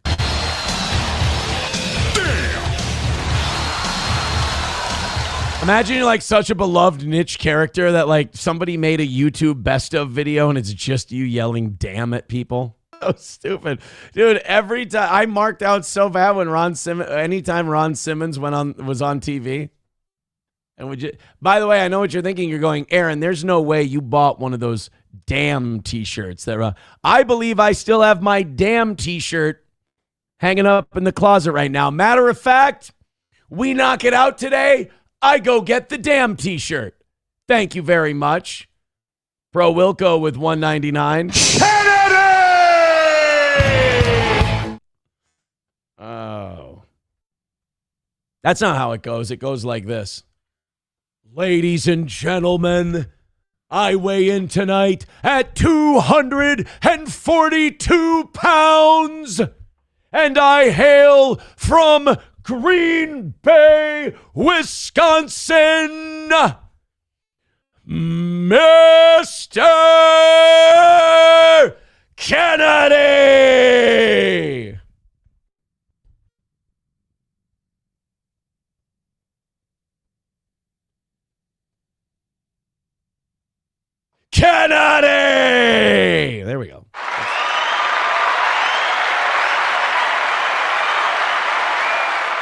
We're having fun. The cleaner says, will Aaron stop being such a damn queer? No. Fuck you, dude says 242 pounds. Good job dropping some weight. No. I don't weigh 242 pounds. Mr. Kennedy weighed in at 242 pounds. I woke up at 223 this morning. We're on our way to 215. We're going to be just fine. Hit like, hit subscribe, hit follow. 211 tonight. We're a little light on audience size, but that's okay. I'm going to do one of these quick, and then we got to open up a bunch of stories for the next hour or so of tonight's show. Go ahead and continue chipping in. We appreciate that. You guys are fantastic. Oh, wait a minute. Never mind. Maybe we don't have this Rumble Wallet campaign. Never mind. We're not going to do one of these tonight. Fine with me. What do we have the rest of this evening for you kids? The Honey Buns story. Honey Buns in jail. It does not, don't worry, it does not mean what you think it does. Then we've got, so apparently this Amaranth, who's, by the way, like aging out of being a cam whore, and it's not good. She and her husband filmed some more drama content of them basically emotionally abusing each other, which, by the way, those two are going to kill each other on camera, and nobody's going to believe it. Because all they do now is these like weird domestic dispute works. Like they faked a robbery. I don't think we've heard anything about charges or anything like that for that Amaranth robbery. She claimed those guys broke into her house and wanted to steal crypto from them. And like her husband chased them off with a gun. It's such a bullshit story. It was such an inside job. I mean, maybe there's been some developments on it because it was like 2 years ago this thing happened. But like they do this shit where they like stream with each other and they call the cops on each other. And honestly, it's going to get to the point where the cops just don't show up anymore. The people watching it aren't going to believe it anymore. It's just this giant titted whore who's like, probably pushing 40 at this point, who doesn't need to be like bouncing her tits around on camera, has made plenty of money. And like her creepy, weird, psychotic Asian husband. Anyway, they've got a new clip out there now. And it's just them just being fucking retarded. Again, he was doing all kinds of, he was pouring out her bag, but then he wasn't pouring out her bag and she was I don't know. It's just, again, they're going to just simultaneously fire on each other on camera one night and nobody's going to believe it. And their bodies will just stay there and their dogs and cats will eat them. Wait, by the way, I'm not complaining about any of this. Gino is flat broke with $2, says, did you see my meltdown on my own show today? No, but I'd love to. I'd love to watch a good meltdown. I don't care who it is. Meltdowns are fun. Like 3 gay guys have meltdowns about me once a week on Fridays so they can cope with their own insecurity and the fact that they couldn't beat me. So I love a good meltdown. It's fantastic. I think once a week having a group therapy session over me is a little extreme, but who am I to tell what other people what to do with their jobs and their lives? So yes, if there's a Gino meltdown, I would love to see it. If you have a timestamp or a link or anything like that, I would love to see it, my friend. All right, let's go into this next one. This is the guy who's who's being investigated and possibly jailed over honey buns. Now, this is a very serious thing in jail. Whether it's honey buns or any kind of other snack cake, they're a delicacy behind bars. If you got a little money on your canteen card, people will trade ungodly things to get some sweets out of the vending machine. I know, for I was one of the privileged because I was doing 6 days. 6 days on the road. So I would have money on my canteen. I would have, some snack and soda money. And, I got, give me another week in there. I really could have built up a good collection of trade items. And they love like honey buns and Pop-Tarts. And what they really love is that Mountain Dew blue shit. The Code Blue Mountain Dew. I've told you guys this before because what they do is they get the extra strong coffee and they put that in their cup and then they fill another cup with Blue Mountain Dew. They heat up the coffee really, really hot. They pour the Mountain Dew in with it and then they cool that down and then they have this like, it's supposedly for the guys who are addicted to meth and obviously they aren't getting their meth. So they drink that stuff, and that gives them like a serious jolt. They ought to just put Celsius in the fucking vending machines at that point. But this is a jailer. This is a guy who actually worked for Morgan County. He's now facing felony charges over honey buns. Early in a story you'll see here on 48, a law enforcement officer with a long career now facing charges over stolen honey buns. Yeah, you heard that right. Stolen pastries. WFO 48. Again, don't be a bitch, lady. You've obviously never been on the inside. Honey buns are very valuable. Oh, by the way, OG Anonymous Fake Dono says the bad news, a 6'2", 215-pound male has a body mass index of approximately 27.6, which is classified as overweight. The good news is it is not considered in the obese category, so you got that going for you.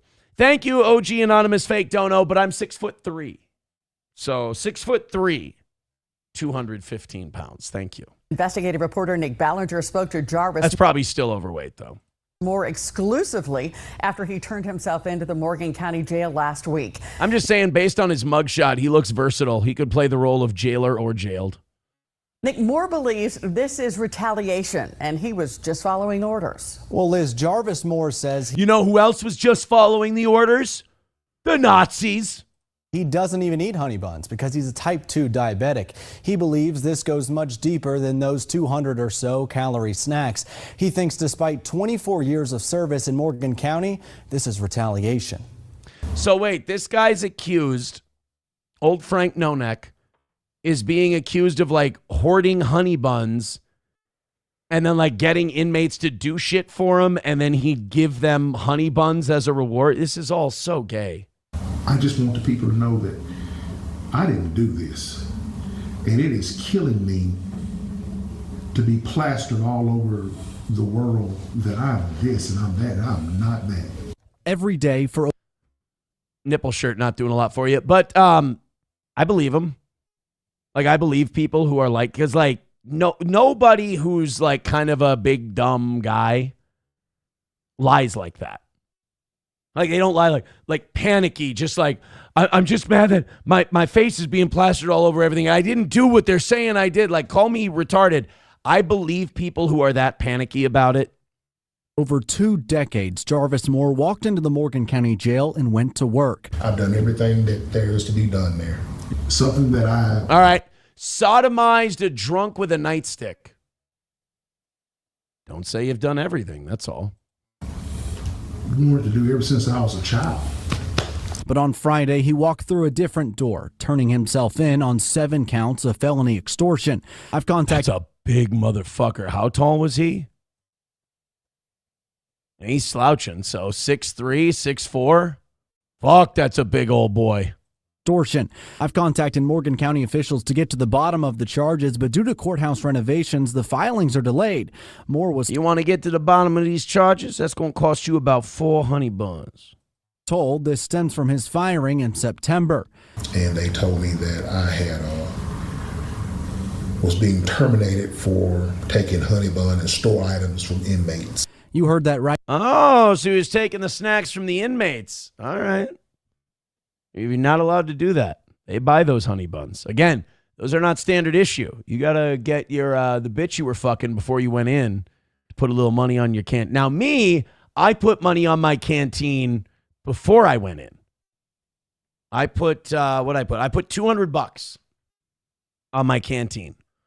And you'd be surprised how quick that goes, by the way. I think I reloaded like 20 or 30 bucks on there after, like, I didn't realize I was leaving on early Friday morning, so I probably didn't need to put that 20, 30 bucks on there. I did end up getting a check back for like $20, so I think I only spent 10. But like it was $20, $25 for the weekly movie pass to watch unlimited movies. And I needed that. That made the time go really quick. I did buy the music package, which I never used. That was stupid. I bought the $10 game pack. No, I didn't buy the music package. I bought the $10 game package. That was smart. Idle Mining Tycoon was my favorite. So there was the game pass, the movie pass. That was $35. Then I ordered like $40 worth of stuff on the canteen, like a long-handled toothbrush, Colgate, some deodorant, because the generic stuff they had, I just didn't like it. Body wash and shampoo. But then that shit didn't come till Wednesday night, and I was gone Friday. So I brought a bunch of that stuff just home with me. Honey buns. Moore doesn't deny taking the honey buns, but he says he was simply following orders. This idea's been going on for years and years. He says when inmates started a fire in the jail, it was policy to take commissary from inmates who started the fire and give to others. All right, well, that makes sense then. Doesn't seem like he's doing anything wrong. One guy took a shit in the lower tier shower, and there was a little turd in the lower tier shower, the lower tier guy said, like a couple days before I left. Now, I was in upper tier. We were all well behaved. We weren't a bunch of, drain shitting animals. But yeah, they didn't take any food. They didn't find out who shit in the shower either. I'm guessing one of the DUI guys. The buns were actually given to another inmate to clean up, or the items. There was nothing ever kept in possession. It was used as a tool to stop burning in the jail. Moore and his attorney Scott Morrow believe this is much bigger than 7 felony counts for 7 honey buns. Holy shit. They gave him 7 felony counts for stealing. How much is a honey bun? $2.19 each. So about $15.40 worth of snacks, and he's getting 7 felony counts for. This is crazy. There's no way, dude. Retaliatory 100%. His problems began specifically when the John Scott incident occurred. John Scott Jr. died in jail custody in April of last year. This video of Scott Jr. being dragged through the jail was leaked in May. Moore says he was asked multiple times if he was the one who leaked it. He believes it's the main reason he was passed up multiple times to become the first black lieutenant in Morgan County history. Oh, so this guy wasn't down with the brother that got killed or died, I shouldn't say got killed, died in the jail. And he probably wasn't going along to get along. So they're saying, oh, he stole honey buns from the inmates when all he was doing was confiscating it from inmates who were misbehaving, which was policy. Oh, look at that. They've got a cell for SP already made up for her. That's nice. That was one of the main goals that I wanted to do. And that would have been even stronger to help people. Moore says he was placed on administrative leave each time a position came up. One thing, he's African American and they don't want him to be a lieutenant.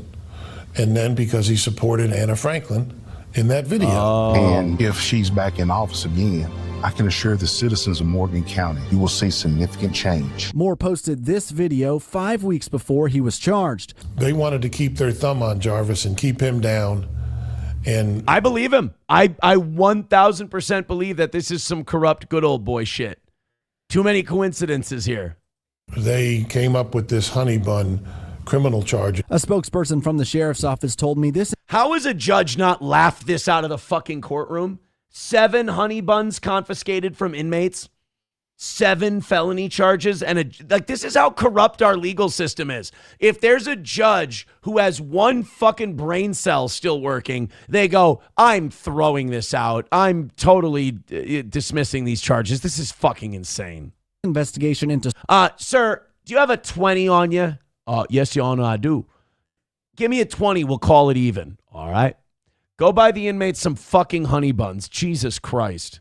Stolen honey bun started in August and was turned over to the DA in November before the video was posted. I'm truly not guilty of extortion. The only thing I did wrong was protect the jail and try to secure the jail. We want justice. And we want everybody treated the same. If you're going to arrest one person for this type of activity in the jail, arrest them all. Now, after being fired from Morgan County. I'm tired, boss. Dog tired. That's the way it is every day. That's the way it is all over the world. In September, Moore started working in the Madison County Jail. A spokesperson told me Moore was a probationary employee. He was fired once they learned of the felony charges. And a spokesperson from the DA's office tells me an assistant DA who doesn't know Moore will be trying this. This reeks, man. This whole thing stinks to high heaven. They're fucking this poor guy over. You can't tell me they're not. This smacks of total corruption. Hobo says, stop showing the honey buns. Aaron's getting slightly aroused. Root says, if I owned the Honey Bun Corporation, that dude would be getting a lifetime supply. You can't. No. You can't. He's a type 2 diabetic, Roots. You're killing this poor man. Oh, I see what you're doing. MSO says, John Coffee, ma'am, like to drink, only not spelled the same. It's not. You got it wrong, MSO. It's John Coffee, ma'am, like the drink, only not spelled the same, not spelled different. All right, we got to look it up because now I'm not sure. I might. You know what? This might be on me. How does John Coffee say his name? What's your name? John Coffee, ma'am, like to drink, only not spelled the same. Oh, suck my dick. I was right. It is not spelled the same. So what do I get for that? Not a fucking thing. I'm the biggest loser in the room because I remembered it. That's what it is. That's our second Green Mile reference for the day. Fuck, right? Uh-oh, I think our chat repeated. I think a Sergeant Hulka. I got all excited. I saw all these contributions. Sergeant Hulka might have gone 3 times. Sergeant Hulka with $5 says, hey, Toe, Mrs. Hulka is watching with me for the first time this evening. She's like Mike Johnson, power of the purse, so try to impress her. Did you like my Green Mile stuff? Because if you liked that, there's no reason Sergeant Hulka can't throw 10 memberships at the Toe. I'm sorry, Mr. Hulka. So she's the power of the purse strings, huh? All right. I'll try really hard. We're doing okay tonight. You guys are doing pretty solid. I do appreciate it. People are mad because I stole their jokes because I wasn't looking at the chat. I apologize. Where Hobo says I stole one of his lines.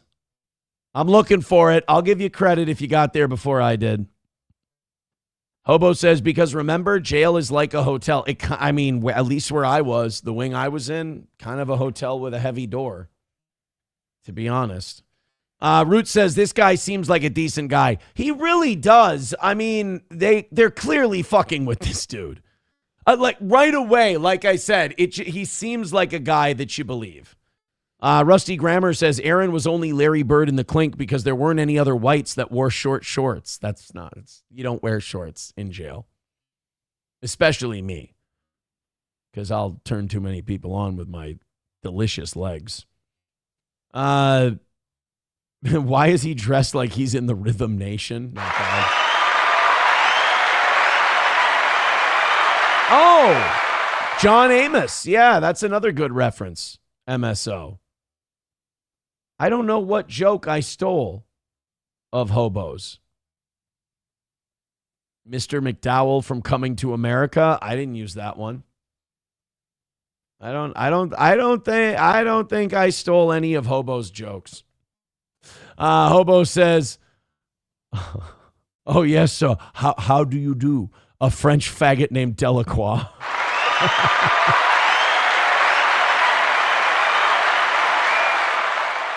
Edward Delacroix, you have been sentenced by a jury of your peers to death.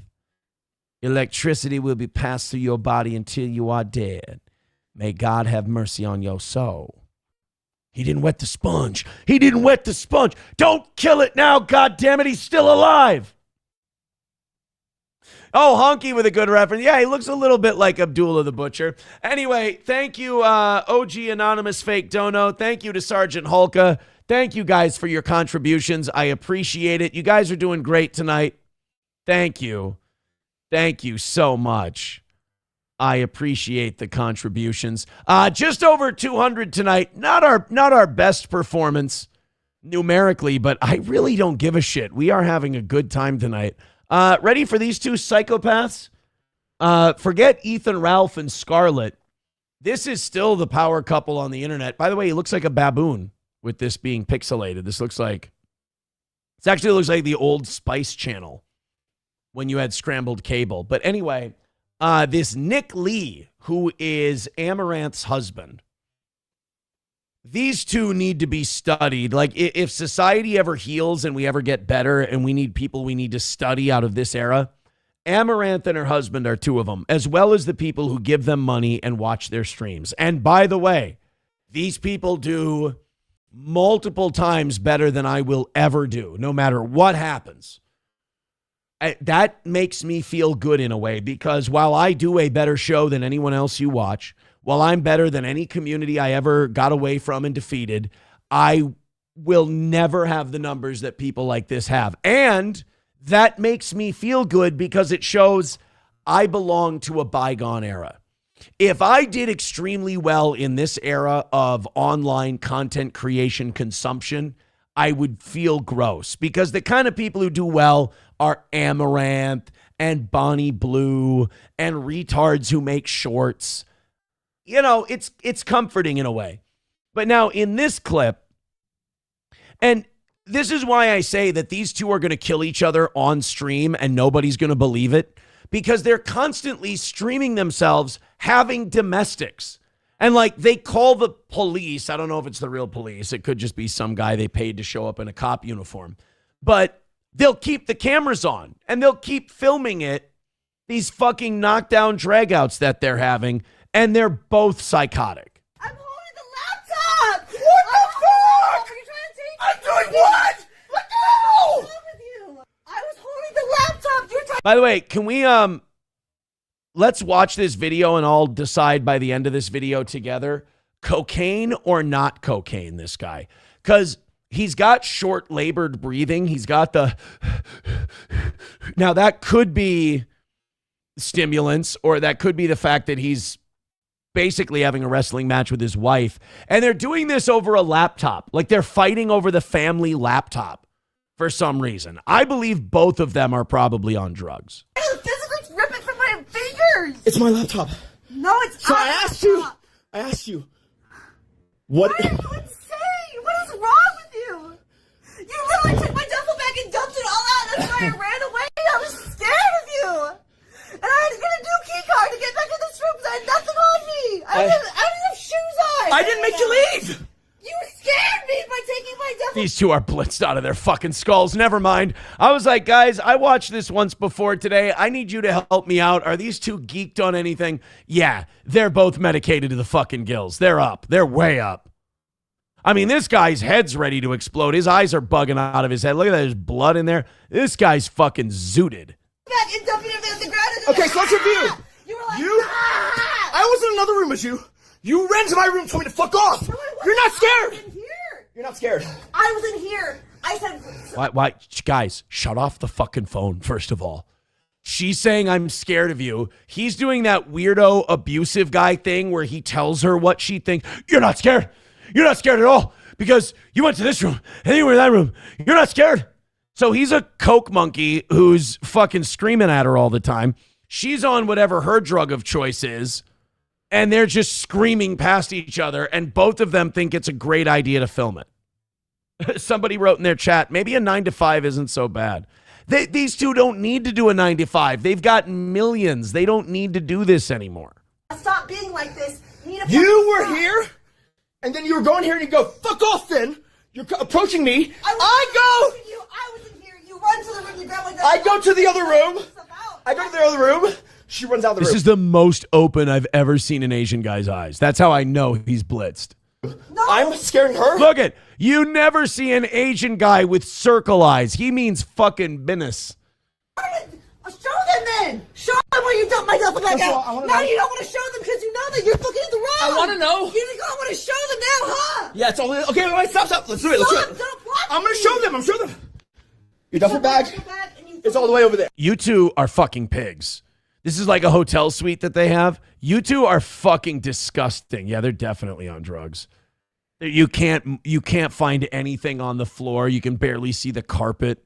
These two are fucking problems. It's all the way over there. Yeah, and you dumped everything out. It was right here. So you're saying you're right here?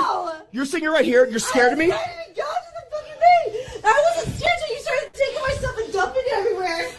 By the way, who are you arguing this for? What are we supposed to do? Take a poll? Vote on it? What happens? One of you gets the laptop if we agree with your side? What the fuck? By the way, people in their chat are saying peak script is fire. That's what I mean. These two are going to blow each other's head off live on camera, and everyone's going to be like, wow, you guys scripted way too far. Is this AI? Oh, because you're PTSD. The robbers touched your stuff, so I... You don't understand what PTSD is like. I don't care anymore. Yeah, you never So my cared, question is this. clearly. My question is this. What do you want to do with my laptop? Fair question. All right, let's solve our biggest problem we have right now. What do you want to do with the laptop? This guy's ready to have a fucking coronary right there in the hotel room. Jesus. Is it like you don't, that's the wildest part about this. You guys don't need to do this. You don't need to do this stuff. You're both very wealthy. Bulldog over on Rumble says, holy snowballs, Batman. Right? Oh my God. One Head Rex says Kratom. Hunky says this is so fake, Cheetos got blamed for it. Look, I know they're acting. I know they're faking this, but that's what I'm saying. Like, you can't fake whatever the fuck he's on, first of all. That's not fake. Second of all, why? Again, if you were trying to get a channel off the air and you just completely sold out your dignity like I do every day, and like I will be in 25 minutes, then okay, I get it. You're trying to build something. But these two, again, they're multimillionaires. They don't need to do this. Roots Calhoun says, bro with the popped collar the whole time. Dude, there's nothing more tragic than an Asian guy trying to be fashionable. It's painful. It's hard. I think Yakuza are the only people who can pull it off. The rest of them look like shitty karaoke acts. It's terrible. Landers says, they are a great couple. It's cute. They really are. They're adorable together. They're the kind of couple your instinct is to say, why don't you break up? But then you realize that they're both going to be subjected onto someone else and that those people might be innocent. So you want them to stay together. My Lost Interest says, when your stream is exhibit A in your divorce. Yeah, My Lost Interest, what advice would you give these two if they were your attorney and you were watching this stream? What would you type in their chat? I'm just curious. Rusty Grammar says, Jesus. I almost read that. Holy fuck. All smoops look the same, except we have a tweaker, not Kratom, unless it's from a gas station, which isn't actually Kratom. Landers says, I see a murder-suicide in the future. I mean, if this is real, yes, absolutely. He can't leave her, though. He's cucked because he needs her money. And she can't leave him because she's a fucking mental breakdown waiting to happen. The cleaner says, speak for yourself, Aaron. You look like a backup dancer tonight at the Outpost. Thank you. I've been working on my shoulders and my kind of my upper body area. I appreciate that. That's I'm assuming you meant it as a compliment, right? I'm assuming it's a compliment. Pro Wilco calling the last, I'm sorry, I missed this, calling the last story the Honey Bun Mile. I'm interested in this Gino meltdown that Gino is flat broke is talking about. What's, I want to see his channel. I love a good Gino meltdown.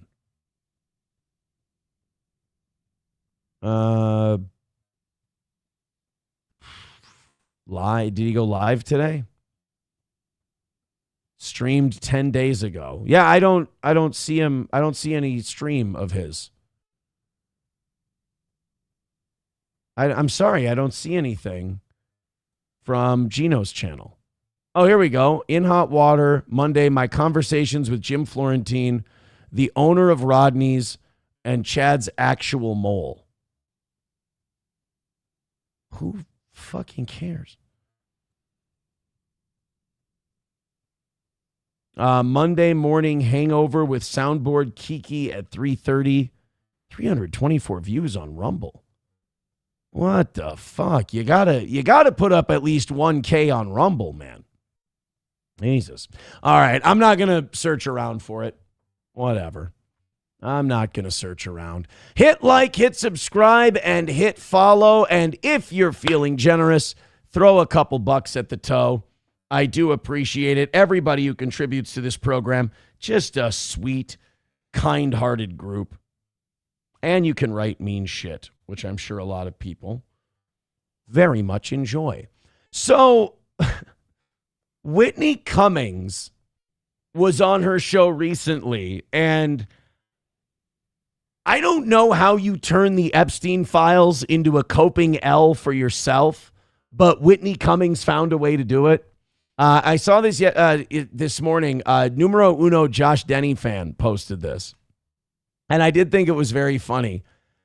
Whitney Cummings is somehow trying to say that because the Epstein files came out and all of these people were doing really bad shit, that makes her going to Riyadh, Saudi Arabia totally fine because Epstein. I don't get it. I don't understand. First of all, full disclosure, I didn't give a shit that any of these comics went to Riyadh. I didn't care that they took a bunch of money from Saudi Arabia. Like, somebody throws a 6-figure number in my face to go perform in Saudi Arabia. Yeah, I'll do it.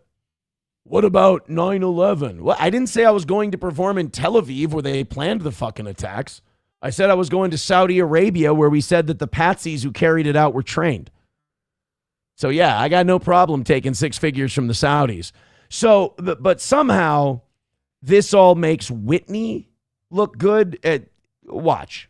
That some of us are sort of mainlining these files and other people are, on threads like Whitney Cummings performed in Saudi. That's our biggest problem. Like some people. No, by the way, Whitney is a great example of someone who's never learned how to handle the internet and that you just go on living your life. She has way more money than I do, and I have no problem doing it. And she can't do it. I don't understand. That's like a level of narcissism I can't get, where you have to read shit about yourself all the time, especially bad stuff. And comedians have this problem where they'll look at 100 people laughing. They'll see the one person who's not laughing and they'll go, what, do they not like me? It's an insecurity you see in a lot of these internet podcasters too. It's just they go to the internet to feed and like defeat their insecurity, but the internet is only going to expose your insecurities to the world. That's why all these guys have all these coping streams, where they're always, look at what a big piece of shit this guy is. Look at what a big piece of shit this guy is. It's all because they know deep down they're a big piece of shit and they're terrified people are going to see it. Look, all of us who are well-adjusted and healthy, we all see it. We just don't give a shit. But Whitney reads shit about herself. I don't understand why you do that. And then in her mind, that becomes like the whole world is saying that. She reads 2 Reddit posts that say, Whitney went to Saudi Arabia. She's a piece of shit.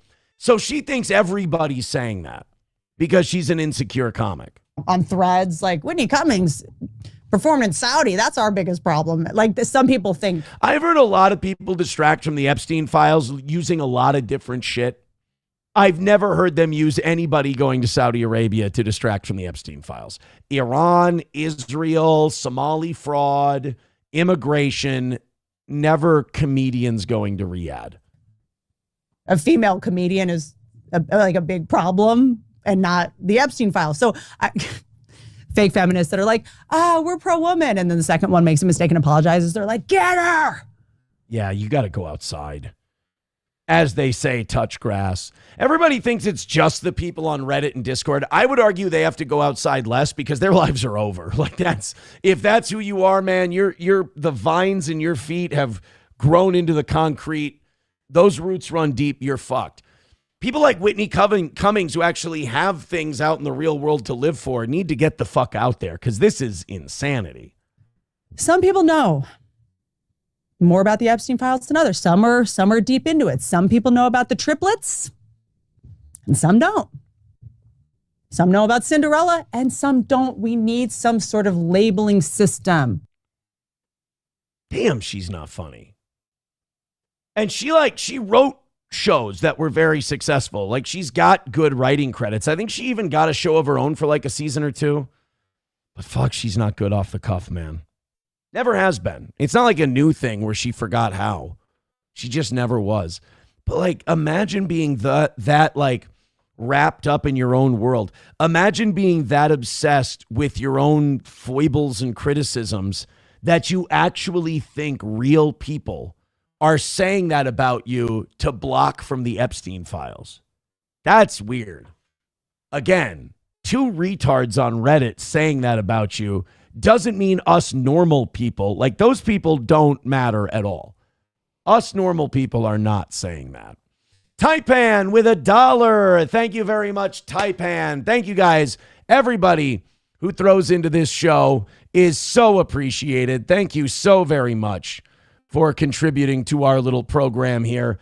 Taipan with $1 says, love the show, man. Started watching you in December. Oh, well, thank you. I appreciate it. Thank you very much. Yeah, Landers says, it's called deflection, girl. Yeah, my lost interest. We did ask what he would say if he were the counsel to Amaranth and her husband. He said, under advisement from your counsel, it's in your best interest to move on. Yeah. Oh, you're talking about me trying to find the Gino clip, maybe. Oh, yeah, maybe not. Maybe not. Rusty Grammer says, Gino is probably still on COVID. 2027, he might start on the Epstein files. He is a time traveler. Yeah, I don't understand where Whitney Cummings is being used as a distraction for the Epstein files. McBuster says, Whitney and her sister both look like they smell bad all the time. I don't know a lot about Whitney's sister. I don't follow Whitney's sister. Continuing on, I want to find the good ones. I want to find the good ones and give them their credit. Whitney was never funny, and her voice is annoying. Like I said, she's had some success. I don't think you can take that away from her, but I don't know if maybe podcasting isn't your game. How about a spelling contest? Here's a fucked up story out of Detroit. Hit like, hit subscribe, hit follow, and rally up for the toe. Detroit sergeant and officer suspended without pay because they stopped somebody in Detroit, found out they were illegal, and then contacted ICE. Now, that seems like what you're supposed to do as law enforcement, but that was a big no-no. Let's take a look at this one. And if you guys feel so inclined to do a little PayPal, Streamlabs, Venmo, Super Chats, Rumble Rants, and all that, and gifted memberships, holy shit, man.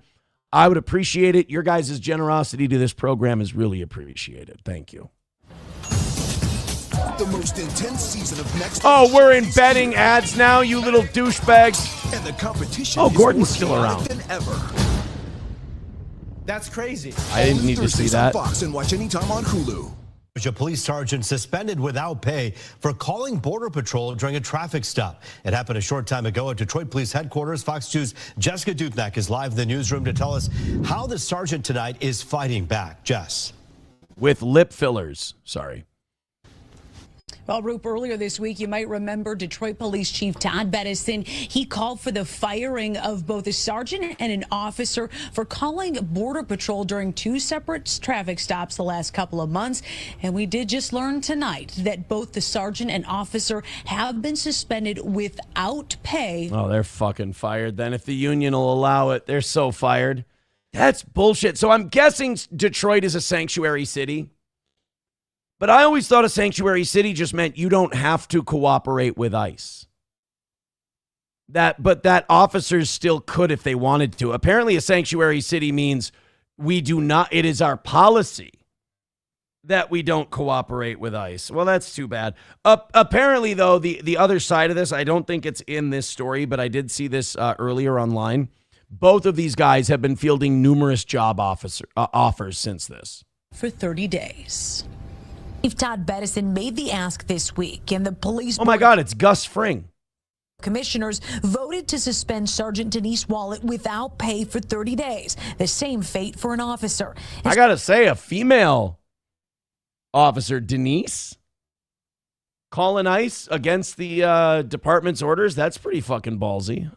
Sergeant Wallet's case, she was called to the scene to handle a language barrier with a person in question. Then, according to Bettison, she called Border Patrol for translation help. Border Patrol responded. Oh, that's dirty. So they called her to translate because they thought she spoke Spanish, and she's like, "Ooh, I don't speak it that well. Let me call Border Control." And the Hispanic's like, no, it's okay. Let me go. Detain the person. It says right here in DPD's policy, you can't do that. At no point in time did she contact them for translation purposes. Absolutely no policy was violated whatsoever. Her attorney, Solomon Radner, says a separate officer Boy, he's not really hiding his tribal membership, is he? there was handling translation. Sergeant Wallet called Border Patrol to help identify the person after a fingerprint scanner didn't work. So they're saying that she called them for translation. Her attorney's saying that she called them to figure out who the fuck they were. Okay. At some point, she called her lieutenant and said, "What do I do? We can't identify this man. What do I do?" And the lieutenant, knowing this guy's so fucking Jewish, I'm going to call him King Solomon Radner. Policy and following the policy, told her, call Border Patrol. Attorney Radner says it's not against policy to call Border Patrol to help identify people. Former Detroit Police Chief Ralph Godby talking historical context of DPD Border Patrol relations. It is not routine for Detroit police officers to call Border Patrol to make identification of any individual. A federal lawsuit against DPD is in the works, claiming the sergeant's due process was violated, and her union will undoubtedly fight it too. Oh, good. So she's got people on her side, including, the federal government? Fucking Border Patrol's going to fight for her? Good for them. But if you just look at that policy violation alone, I don't see an arbitrator in the state of Michigan that would uphold a termination. So that's a bit performative, and I think it's disingenuous, and I don't think that's the chief's intent. So that guy's being really fair. Like, on one hand, he's like, we don't call Border Patrol for that shit ever. But at the same time, firing that officer is bullshit, too. All right, he's sitting on a fence post. He'll be on Tim Pool any day now. Let's talk a little bit about the officer that was suspended for 30 days. This apparently goes back to a stop back in December. He was investigating a felony warrant, apparently suspected the person in question to be undocumented. That's when he called Border Patrol. They arrived and detained that person. Now, Detroit police saying that during this suspension, both the sergeant and officer are allowed to keep their medical benefits. But remember, firing is not out of the question yet. Reporting live in the newsroom. So they haven't cut them loose yet. They've suspended them for 30 days without pay.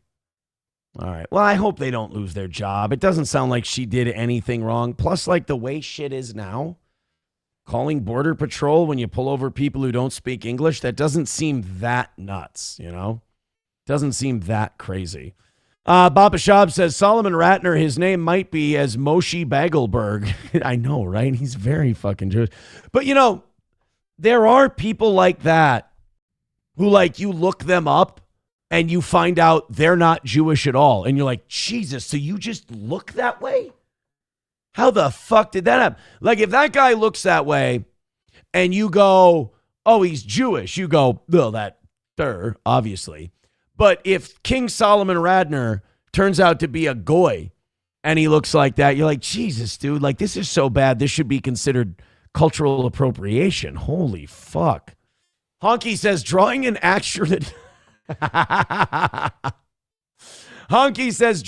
accurate portrait of that lawyer is a hate crime in 17 countries. Actually, portraits of that lawyer have been burned in 109 countries, believe it or not. Hit like, hit subscribe, hit follow. Stack says, any updates on the war in Mexico? The last time we saw any updates on what was going on in Mexico the cartels were releasing videos of people being tied to trees and killed with flamethrowers. That's the latest that we've got for you. Well, the morning show created a bank today, and I think you guys are going to use up the morning show's bank, and I think you're still probably going to come up short. As you've noticed, I'm just appreciative of anybody who donates to the show. I just really thank you guys for that, and we've been having a great show, and it's been fun, and we haven't asked for money at all. So I think, the evening shows, they go up, they go down. We've been lower tonight. I just kind of feel like if we lose, we lose. Like maybe I'll do a rally, but it'll be a happy, smiley rally. I don't feel like really getting bent out of shape about it. I mean, do I hope you guys rally for a hundo in the next 10 minutes? Of course I do. I love getting a W, especially on a day where we fucking killed it in the morning. But I'm in a great mood. You guys have been fantastic. If you have the money, you'll throw it in. If you don't, you don't. And we take an L to start the week. Man, I just appreciate you being here. So if you're feeling generous, Streamlabs, PayPal, Venmo, Super Chats, Rumble Rants. I don't even know if we'll use the morning show's bank. I just don't think we're going to make it, is all. So I don't want to waste that generosity. But if you feel like proving me wrong, we got this story where there's some free speech controversy at a school over a yearbook. And then we'll see if we can rally up at the end of the night here and get a W. But I'm not sweating tonight. I'm not stressed tonight. I like that feeling. I'd like to just roll with that. So whatever. Fuck it. Let's go to this next one out of Lakeside, California. Some free speech nonsense in a yearbook. Any second now, boys and girls. There's something comforting about a routine. Oh, eat my but shit. If that routine is broken due to a serious accident, a free ad. I ought to get $50 for this. With treating your case as if it's routine. Oh, yeah? Sammer Habbis and Associates approaches every case with unique Hey, zealous advocacy. we gained subscribers off of tonight's show. Hit the like button and throw us $900,000. All right, here we go. Now we got it. Is this, in essence, censorship before the fact? That's exactly what this is. A warning shot from a First Amendment attorney after the principal at a Lakeside high school decided to eliminate senior quotes from the yearbook. Last week, we told you about a petition drive. God, that's probably only because seniors are writing like really weird, fucked up, like Nazi and based shit and trying to be edgelordy, and they just want to avoid it. And they can't take it away from everybody, or they can't take it away from one or two people that they know are going to be the problem. So they'll just we're going to take it away from everybody, and we'll cut this off at the quick. By the way, Rocky, thank you for the $15, buddy. Wow, that's huge. That's the biggest one tonight.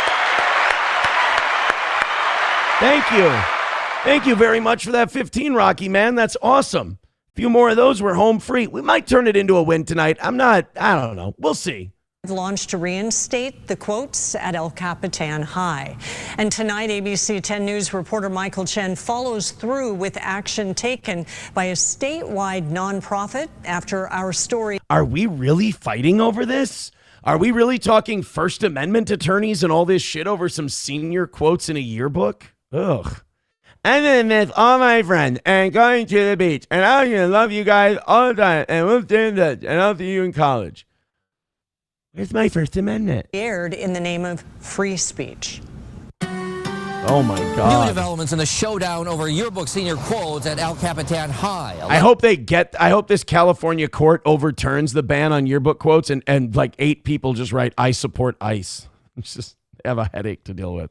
Letter sent to the school's principal alleging the school is violating state law and students' freedom of speech. Is this, in essence, censorship before the fact? That's exactly what this is. David Loy is legal director of the California-based First Amendment Coalition, one of 2 nonprofits which sent this letter asking El Capitan High to rescind their decision immediately, eliminating the decades-old tradition of senior quotes. The fuck is your First Amendment organization doing looking at watching kids so much?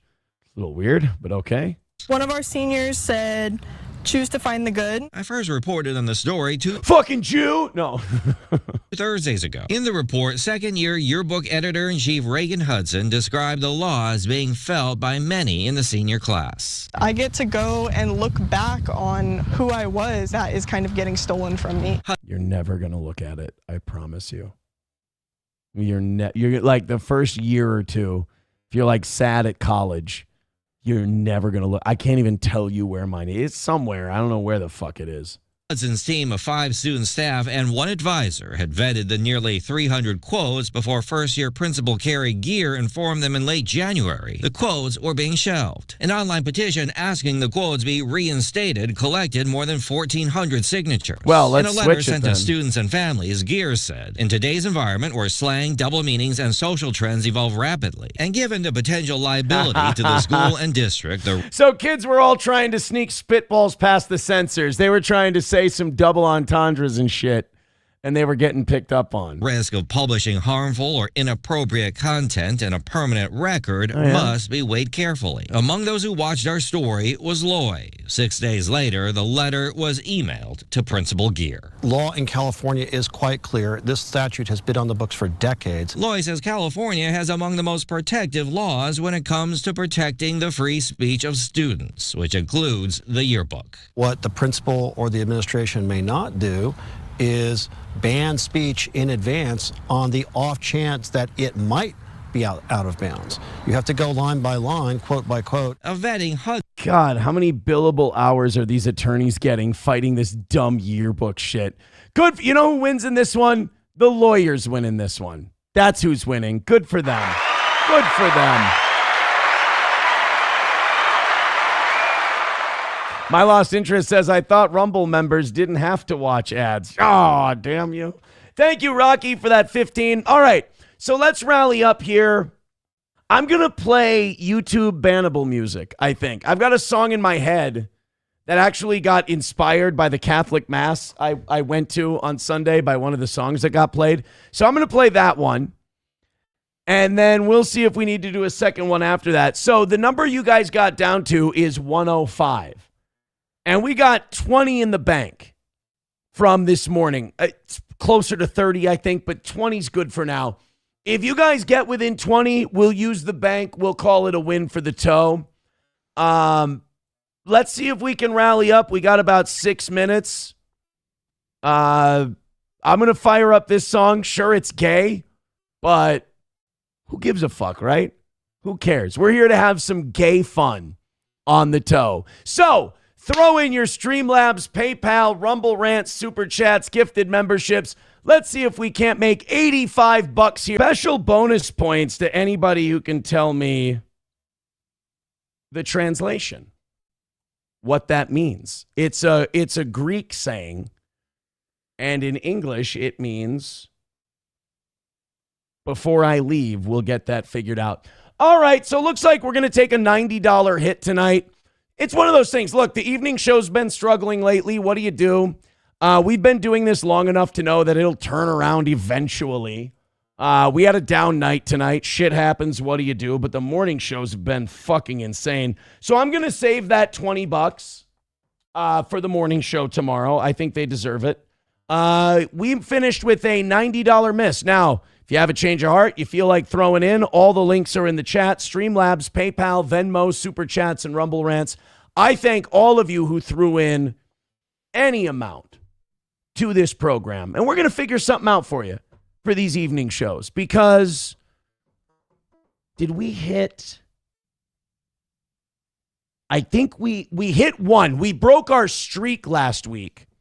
Because we did have a streak where we had missed like almost 2 weeks worth of evening shows in a row, but the morning shows had been bailing them out. I know we hit Tuesday. I don't think we hit Wednesday. I kind of tapped out on Wednesday. I was like, guys, who gives a shit about the goal? Like, honestly, we're having fun. We're doing a great show.